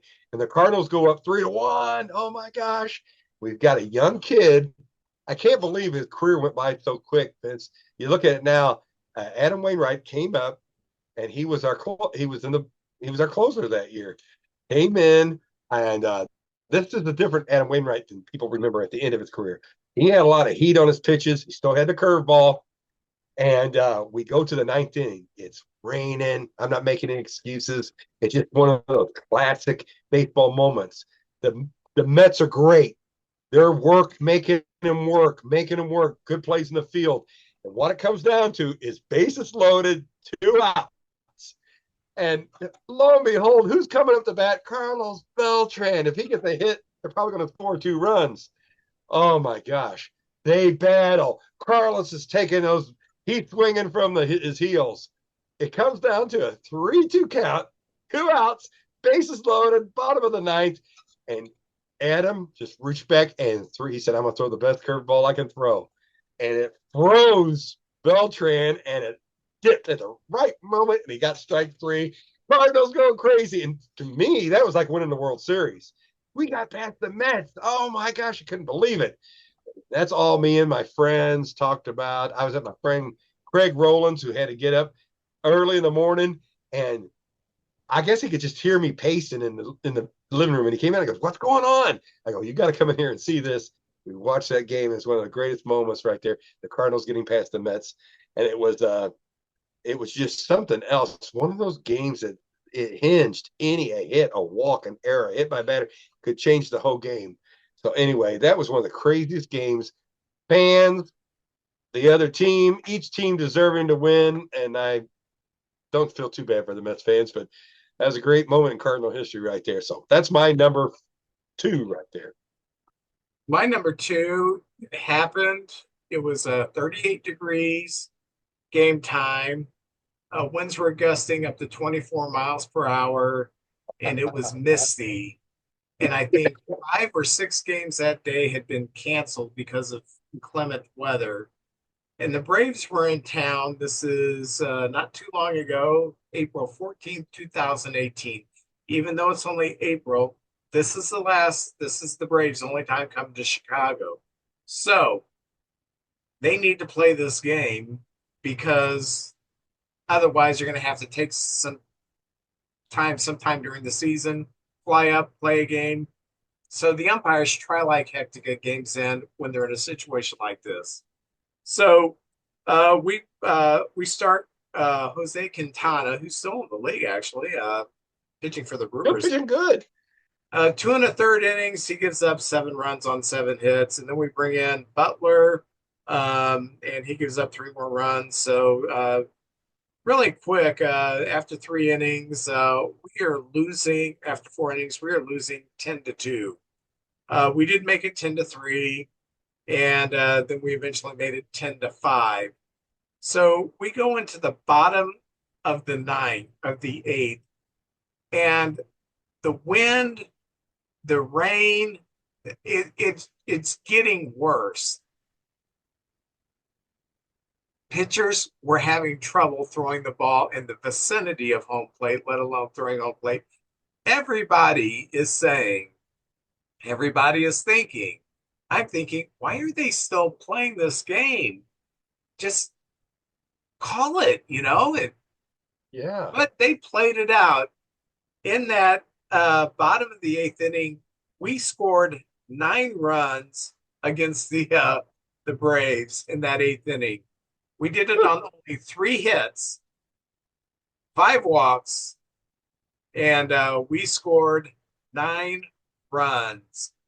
And the Braves were livid. Their manager was not happy. I don't know if it was Snitker yet. I think it may have been the guy before, maybe it was Freddie Gonzalez, but they were not happy about this. They were not happy that this game was played through. And it was early in the season, and their thought was we would rather, it was dangerous for the players, which it was. It was the worst weathered game I had ever seen. And it got so bad during that eighth inning is when it just culminated when the Cubs are up to bat and the Braves pitchers could not control their pitches. They had to, they were purposely taking off miles per hour off their pitches, sacrificing that to try to get the ball over the plate. They still couldn't get it over the plate. And so we ended up scoring 9 runs. And then in the ninth inning, God must have smiled because the weather kind of let up and we shut them out in the ninth inning and we ended up winning 14-10. And I remember watching that game. I started watching about the fourth or fifth inning when I got off work. I was telling Kathy when she would walk through the house, it's the stupidest game. Why are they even playing this? Because at the time we were getting creamed and I wasn't paying a whole lot of attention, but I did have it on. Then all of a sudden my gosh, they can't throw the ball over the plate. They're not, the umps are letting it go. I'm going to watch this. And we ended up scoring the 9 runs and winning. So that's the second craziest game I have seen. Well, Vince, I have favoritism on some games, and this is the craziest game I ever remember. The Cardinals in 2011, we were just lucky enough to get to the playoffs, and this is Game 6 of the World Series in 2011. As Cardinal fans, and I know probably as Cub fans, you guys all know the story, but the Cardinals were down, and this is Game 6. This is not Game 7. I went to Game 7. This is Game 6 to get it to the final game. We were down 3-2, and in that game. It was Colby Lewis versus Jaime Garcia. And in that game, the Rangers used 8 pitchers. Everybody's just laying it all out. We want to win this game so we don't have to go to Game 7, and the Cardinals have to get it to Game 7. And we used 7 pitchers. In that game, I'm telling you what, the Rangers were a stacked team, and they were good all year. We kind of just snuck in there at the last minute. But in that game, after an inning, we were up 2-1, but then the Rangers score in the second inning. Stayed 2-2 until the fourth inning. It was 3-3. They jump ahead in the top of the fifth, but we come back in the bottom of the sixth. So after 6 innings, the score is 4-4. But in the seventh inning, the Rangers opened it up and they scored 3 runs. So now it's 7-4. We don't score anything in the bottom of the seventh. Now we only got 6 outs to go. And the season's over. Well, they didn't score in the top of the 8th, and in the bottom of the 8th, we score a run. And so, top of the 9th, they don't get anything, bottom. And Vince, this is just, it's just shows you there's 3 strikes. Use them. Foul that ball off. We were down to the final strike of the season. I think it was 3 times in that. One was Lance Berkman. Lance Berkman had come to the Cardinals. And, he played good ball, but he was near the end of his career. But this game right here, he was worth every penny we paid him. And he fought. He got a hit. And there was a local kid, David Freeze, and after this, he became like Willie McGee, a legend. And he had a nice career, but man, that year it was just magic. Something happened, and he came up and hit a 2-run homer in that game. The Rangers, Beltran, who's a Hall of Famer, he hit a home run. Nelson Cruz and Hamilton. Now, in the bottom of the ninth, Ron Washington was the coach, and I'm a big Washington fan, but for some reason, he kept Nelson Cruz in right field. Nelson Cruz is primarily a DH. Vince, most right field, major league right fielders would have made that play. I think it was Berkman who got the hit off the wall. I got so many notes here, I can't keep up with them all. But he didn't. For some reason, he kind of short-armed it, and it went off the wall, and we tied the game up, and we go to extra innings. And that's where David Freeze becomes a legend. With 2 outs and 2 strikes, he hits a home run. They score 2 in the top of the let's see, what was it, the 10th inning, and we scored 2 in the bottom off of the Freeze home run, and then they don't score, and in the bottom of the 10th, David Freeze hits a home run. Famous call. Joe Buck kind of does a tribute to his dad. We'll see you all back here tomorrow, kind of thing. And it was just something in the air. And Vince, just like you talked about after the Marlins game, you're like, oh, it's, I just don't feel it's over. It's almost like you felt like we can't. How can we lose this? With the momentum just switched right there, and the rest is history. But it's one of those games where you're down to the final out. The other team, they probably got the trophy and the champagne in their locker rooms. Then we come back and they have to get everything out of the locker rooms. They probably went back and forth, back and forth. But what a game! And I'm telling you what, big hits, everything. When it's that close of a game through 11 innings, everything matters. Now we all remember the Freeze 2 home runs. There was the Berkman hit. There was a Yadier hit that barely got through that scored a run with 2 outs earlier in the game. What a game. And I tell you what, it was also, to me, it was a sad moment. We won the World Series, but it was sort of like the end of that group of guys we had. They were getting older. And, of course, Albert, the offseason signs with the Angels. Tony retires. It was probably time.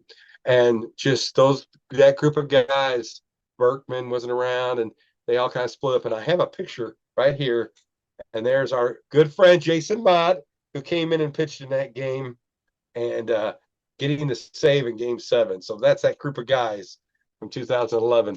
But Vince, I'll never forget it. It's just so unlikely to have your back up against the wall and just keep fighting, because the Rangers are a great team, and you can just see it. What do we got to do to beat these guys? And we somehow came through. So I'll never forget that. And it was one of the most unlikely wins I'll ever remember. And what a season that was, now that you look back at it. So that's my number 1 craziest Cardinal game. Nice. My number 1 is, everybody's going to know this, Cubs against the Phillies, May 17th, 1979. Told the story on here a few times. Used to come home from school when the Cubs were playing a home game. I'd get home, and he just almost always in the 7th inning, and I'd watch the last 3 innings of the game. And I'd come home, game's in the 4th inning, the Phillies are up 17-9. I'm thinking, what the heck is going on here? And I watched the game for a little bit, but I had to go to baseball practice. When I got to baseball practice, that's all anybody was talking about. Have you been watching the Cub game? Now, this is in the Metro East area of St. Louis, but everybody had WGN, so a lot of people watched the Cubs. So everybody was like, "Oh gosh, that's crazy." And so I didn't get this final score until I got home and watched it on the news, because there was just no social media or anything. And the Phillies beat the Cubs 23-22. The one was definitely blowing out. Here's some names: Bake McBride for start with the Phillies, 3 for 8. Larry Boa, 5 for 8. Pete Rose, 3 for 7. Mike Schmidt, 2 for 4, 2 home runs. Gary Maddox, 4 for 4 with a home run. Bob Boone, 3 for 4 with a home run. The pitcher, Randy Lurch, 1 for 1 with a home run for the Cubs. Ivan DeJesus was 3 for 6. Mike Bale, 3 for 5. Billy Buckner, 4 for 7 with a home run. Dave Kingman, 3 for 6, 3 home runs. Steve Olivares had a home run. Jerry Martin, 3 for 6 with a home run. Barry Foote, 3 for 6 with a home run. None of those were infield hits. Barry Foote, let me tell you that. Ted Sizemore, former Cardinal Ted Sizemore, playing for the Cubs, 2 for 4. This game went 10 innings. And like I said, when I got home, it was 17-9 going into the fifth. And the Cubs scored 4 runs in the top of the fifth to make it 21-9. We answered with 7 in the bottom of the fifth to make it 21-16. We made it 21-19. And then the game kind of settled down a little bit. And we are tied 22 going into the ninth. And then that guy that I spotlighted last week that I absolutely hated when he played, that I look back with admiration. Mike Schmidt hits a home run, and then we come up short in the bottom of the 10th. We lost. He hit the home run off of Bruce Sutter, by the way. Like I said, Randy Lurch, the pitcher, 1 for 1. So he had a really good day at the plate. He not so good as a pitcher. 1/3 of an inning, 5 runs. He only made it through an inning. So not to be outdone, our starter Dennis Lamp, 1/3 of an inning, 6 runs. But this is what's fascinating. Listen to the names of these players, these pitchers that the Cubs brought in to pitch in this game. Dennis Lamp started the game. Dennis Lamp became the premier setup man in Major League Baseball by the mid-'80s. You needed a game in the 8th inning to hold on to get you to the closer. You brought in Dennis Lamp. Pitched great for the Tigers in the 84 season. I had this silly record of like 10-1. So he had a very good major league career. After he left, we brought in Donnie Moore. Donnie Moore eventually became a closer for the California Angels. Yes. Moore pitched 2 innings, gave up 7 runs. Our next pitcher was Willie Hernandez, who ended up MVP at 84 Tigers team and winning the MVP that year. He pitched 2 2/3 inning, gave up 8 runs or 6 runs, excuse me. Then we brought in Bill Caudle, who became an all-star closer with the Mariners and the Oakland A's. He pitched an inning, but only gave up 1 1/3 inning, only gave up a run. Then we brought in Ray Burris, and our final pitcher was Bruce Sutter. So basically, we had 4 all-star closers that pitched, that eventually became all-star closers that pitched in that game, and the premier setup man of the mid-'80s, and we still gave up a lot of runs. The wind was howling out, and I remember watching they would show this game in the wintertime. WGN would just say, hey, here's the game, randomly it'd be on TV. And I remember in the first inning when Randy Lurch comes up to bat and he hits a home run to make it 7-0. And Jack Brickhouse, that pitcher hits a home run. He hasn't thrown a pitch. That pitcher hits a home run. My goodness. And then it ended up being this wild game.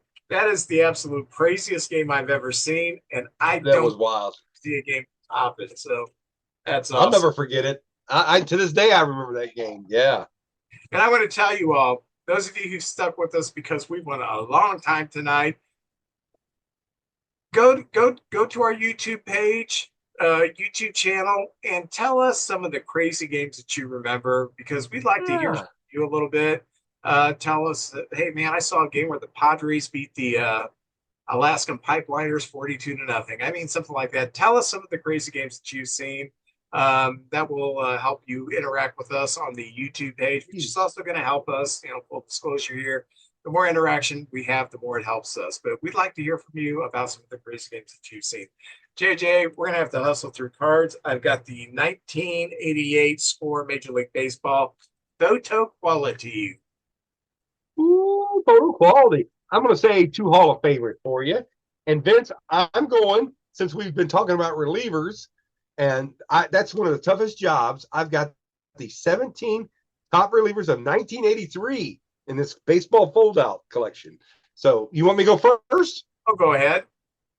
All right. Look on the back. If you just turn it over, the one, the only Mr. Mustache Raleigh Fingers right there with Nice. the Milwaukee Brewers. Yeah. That was him in 1983. Let me open this up. You just sort of have to fan it out. So that's what I'm going to do. I'll fan it out, starting with Tom Bergmeyer from the A's. Remember him? And Gary Lavelle. And he's pitching for the Oh. Indians there. Gary Yeah. Lavelle, left-hander, Giants, Indians, great closer. Yeah. Oh, yeah. Giants right there. I'm sorry. I'm looking at this backwards here. Oh, the one and only Quiz for the Kansas City Royals in their great years there. Submarine baller, yes. Oh, yeah. White Sox guy. Let me see who that is. Oh, Jim Kern. Remember him? Oh, yeah. Who was there a singer, Jim Kern, too, for some band, like a U2 type of band? What was that? Jim Kern. Don't You Forget About Me. Simple Minds, I think. The lead singer was Jim. Wasn't it Jim Kearns? I don't remember. Oh, all you old 80s people, let me know. Yeah, I think so there. All right, we got a Blue Jay here. Randy Moffat. Remember Randy Moffat? Yeah, he also pitched for the Giants when Lavelle was on the Giants. Was That's that Billie Jean King's brother. Yes. That's right. There he is. I thought he was. That's right. The next one, oh, for the Phillies, Ron Reed. Yes, former Cardinal, too. Very good. Yes. I think he played some in the NBA, too. Ron Reed did? Yeah, I think he did. Wow. I thought you were just throwing something out there. Oh, no. For the Padres, and I did not know he pitched for the Padres, Elias Sosa. There he is. Elias Sosa. Yeah. Ellie. And the Philly player there. Oh, you know who this is? I had to look. I had to cheat. He's known more for a White Sox pitcher. That's Ed Farmer. Ed Farmer? Yeah. I never knew he pitched for the Phillies. All right. Now I'm going to turn it over on the other side. I'll make this quick. Well, two of my all-time favorite closers, 1983, Bruce Sutter and the Goose right there. Goose Gossett, you played for a lot of teams, and Bruce Sutter. God, I love those guys. Look at that facial hair. That's Hall of Fame facial hair right there. He looked like a cranky old man then, and he is a cranky old man now. So, well, you knew you were going to get a fastball, and he just get in there, here, mano a mano, and he would throw that fastball at you. Oh man, this makes me sad. Tug McGraw, Tug, and Gene Garver. I love Gene Garver. Yeah. Garver right there and his Brave. I always think of him at Brave. I used to watch WTBS, and he'd always be on there pitching. And throwing wiffle ball, I kind of always hit his tummy. I know that's hard to imagine, but I would turn like Gene Garver so nobody could see my fingers. Then I'd come around, and you never know what you were going to get.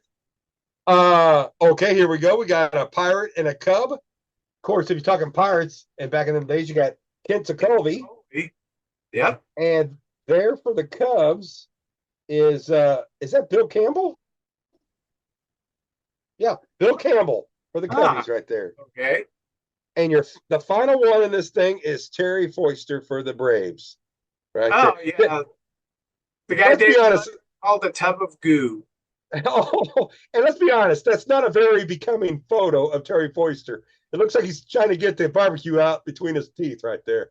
So anyway, that's I would ask for a better picture right there. That's not a very becoming photo. So that's it. We've kind of salute the bullpen guys of the 1980s right there. Okay, I'm going to say two Hall of Famers. Right. First, I have Angels right fielder Chili Davis, also played for the Giants Twins. Yeah, he was up there at the card show this month. Oh, nice. He came over and gave Jim Cott a hug. I thought that was very nice. Cool. Indians catcher Andy Allison. I don't know him. Backup catcher. Oakland A's second baseman, also played for the Braves too. Glenn Hubbard. Oh yeah, Braves second baseman when they had Murphy and Horner. Former Pirate, former Padre, Marvell Wynn. I remember him. He may have had a cup of coffee with me. Former pitcher for Southern Illinois University, all-star pitcher Dave Steeb for the Blue Jays. Didn't know he pitched over there. Yeah, How about that? He was the ace of the Blue Jays for years and years. yeah, he was like their first great pitcher. Royals closer Steve Farr had a good career. Yes, he did. I've got this hologram card. Yaz lead Sox charge, 1967, a year to remember. But I think it ended better for the Cardinals than did the Red Sox. He won the Triple Crown. Yeah. He won the Triple Crown that year. Hall of Famer for the Astros, and they got him as a catcher here, Craig Biggio. Oh, yes. Hall of Famer, we've already mentioned him once, the serious throwing for the Cubs, the Goose. Oh, yeah. I don't remember him with the Cubs, to be honest with you. Towards the end of his career, played 1 year with the Cubs. Blue Was he Jays. cranky? Huh? Oh, yeah. Was he cranky? There, yeah. Blue Jays left fielder, infielder Manny Lee. Yes. Utility guy. Mariner shortstop, former Cub Ray Quinones. Former Cardinal, former Brave shortstop, former Pirate, former Brave shortstop, Rafael Belliard. Very good player. I liked him. Former Twins pitcher Keith Atherton. If I can get him unstuck. I do remember that name. Atherton. Yeah, there he is. There he is.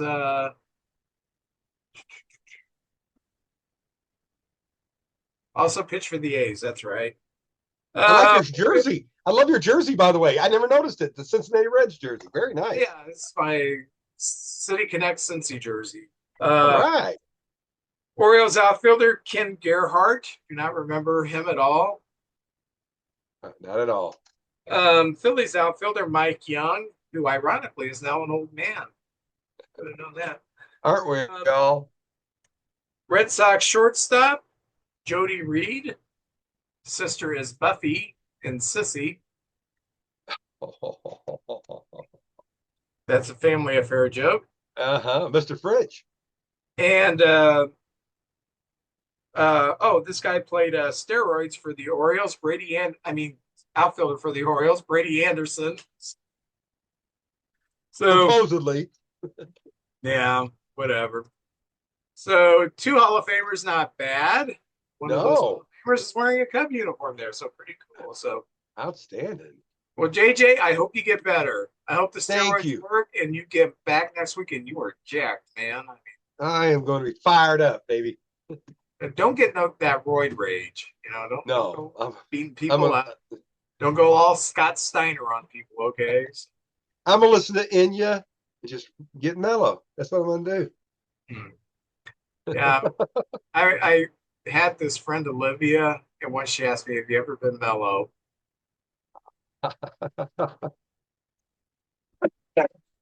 Stupid dad jokes are done for the night. Well, JJ, I will see you next week. All right. Y'all take care. All righty. Bye-bye.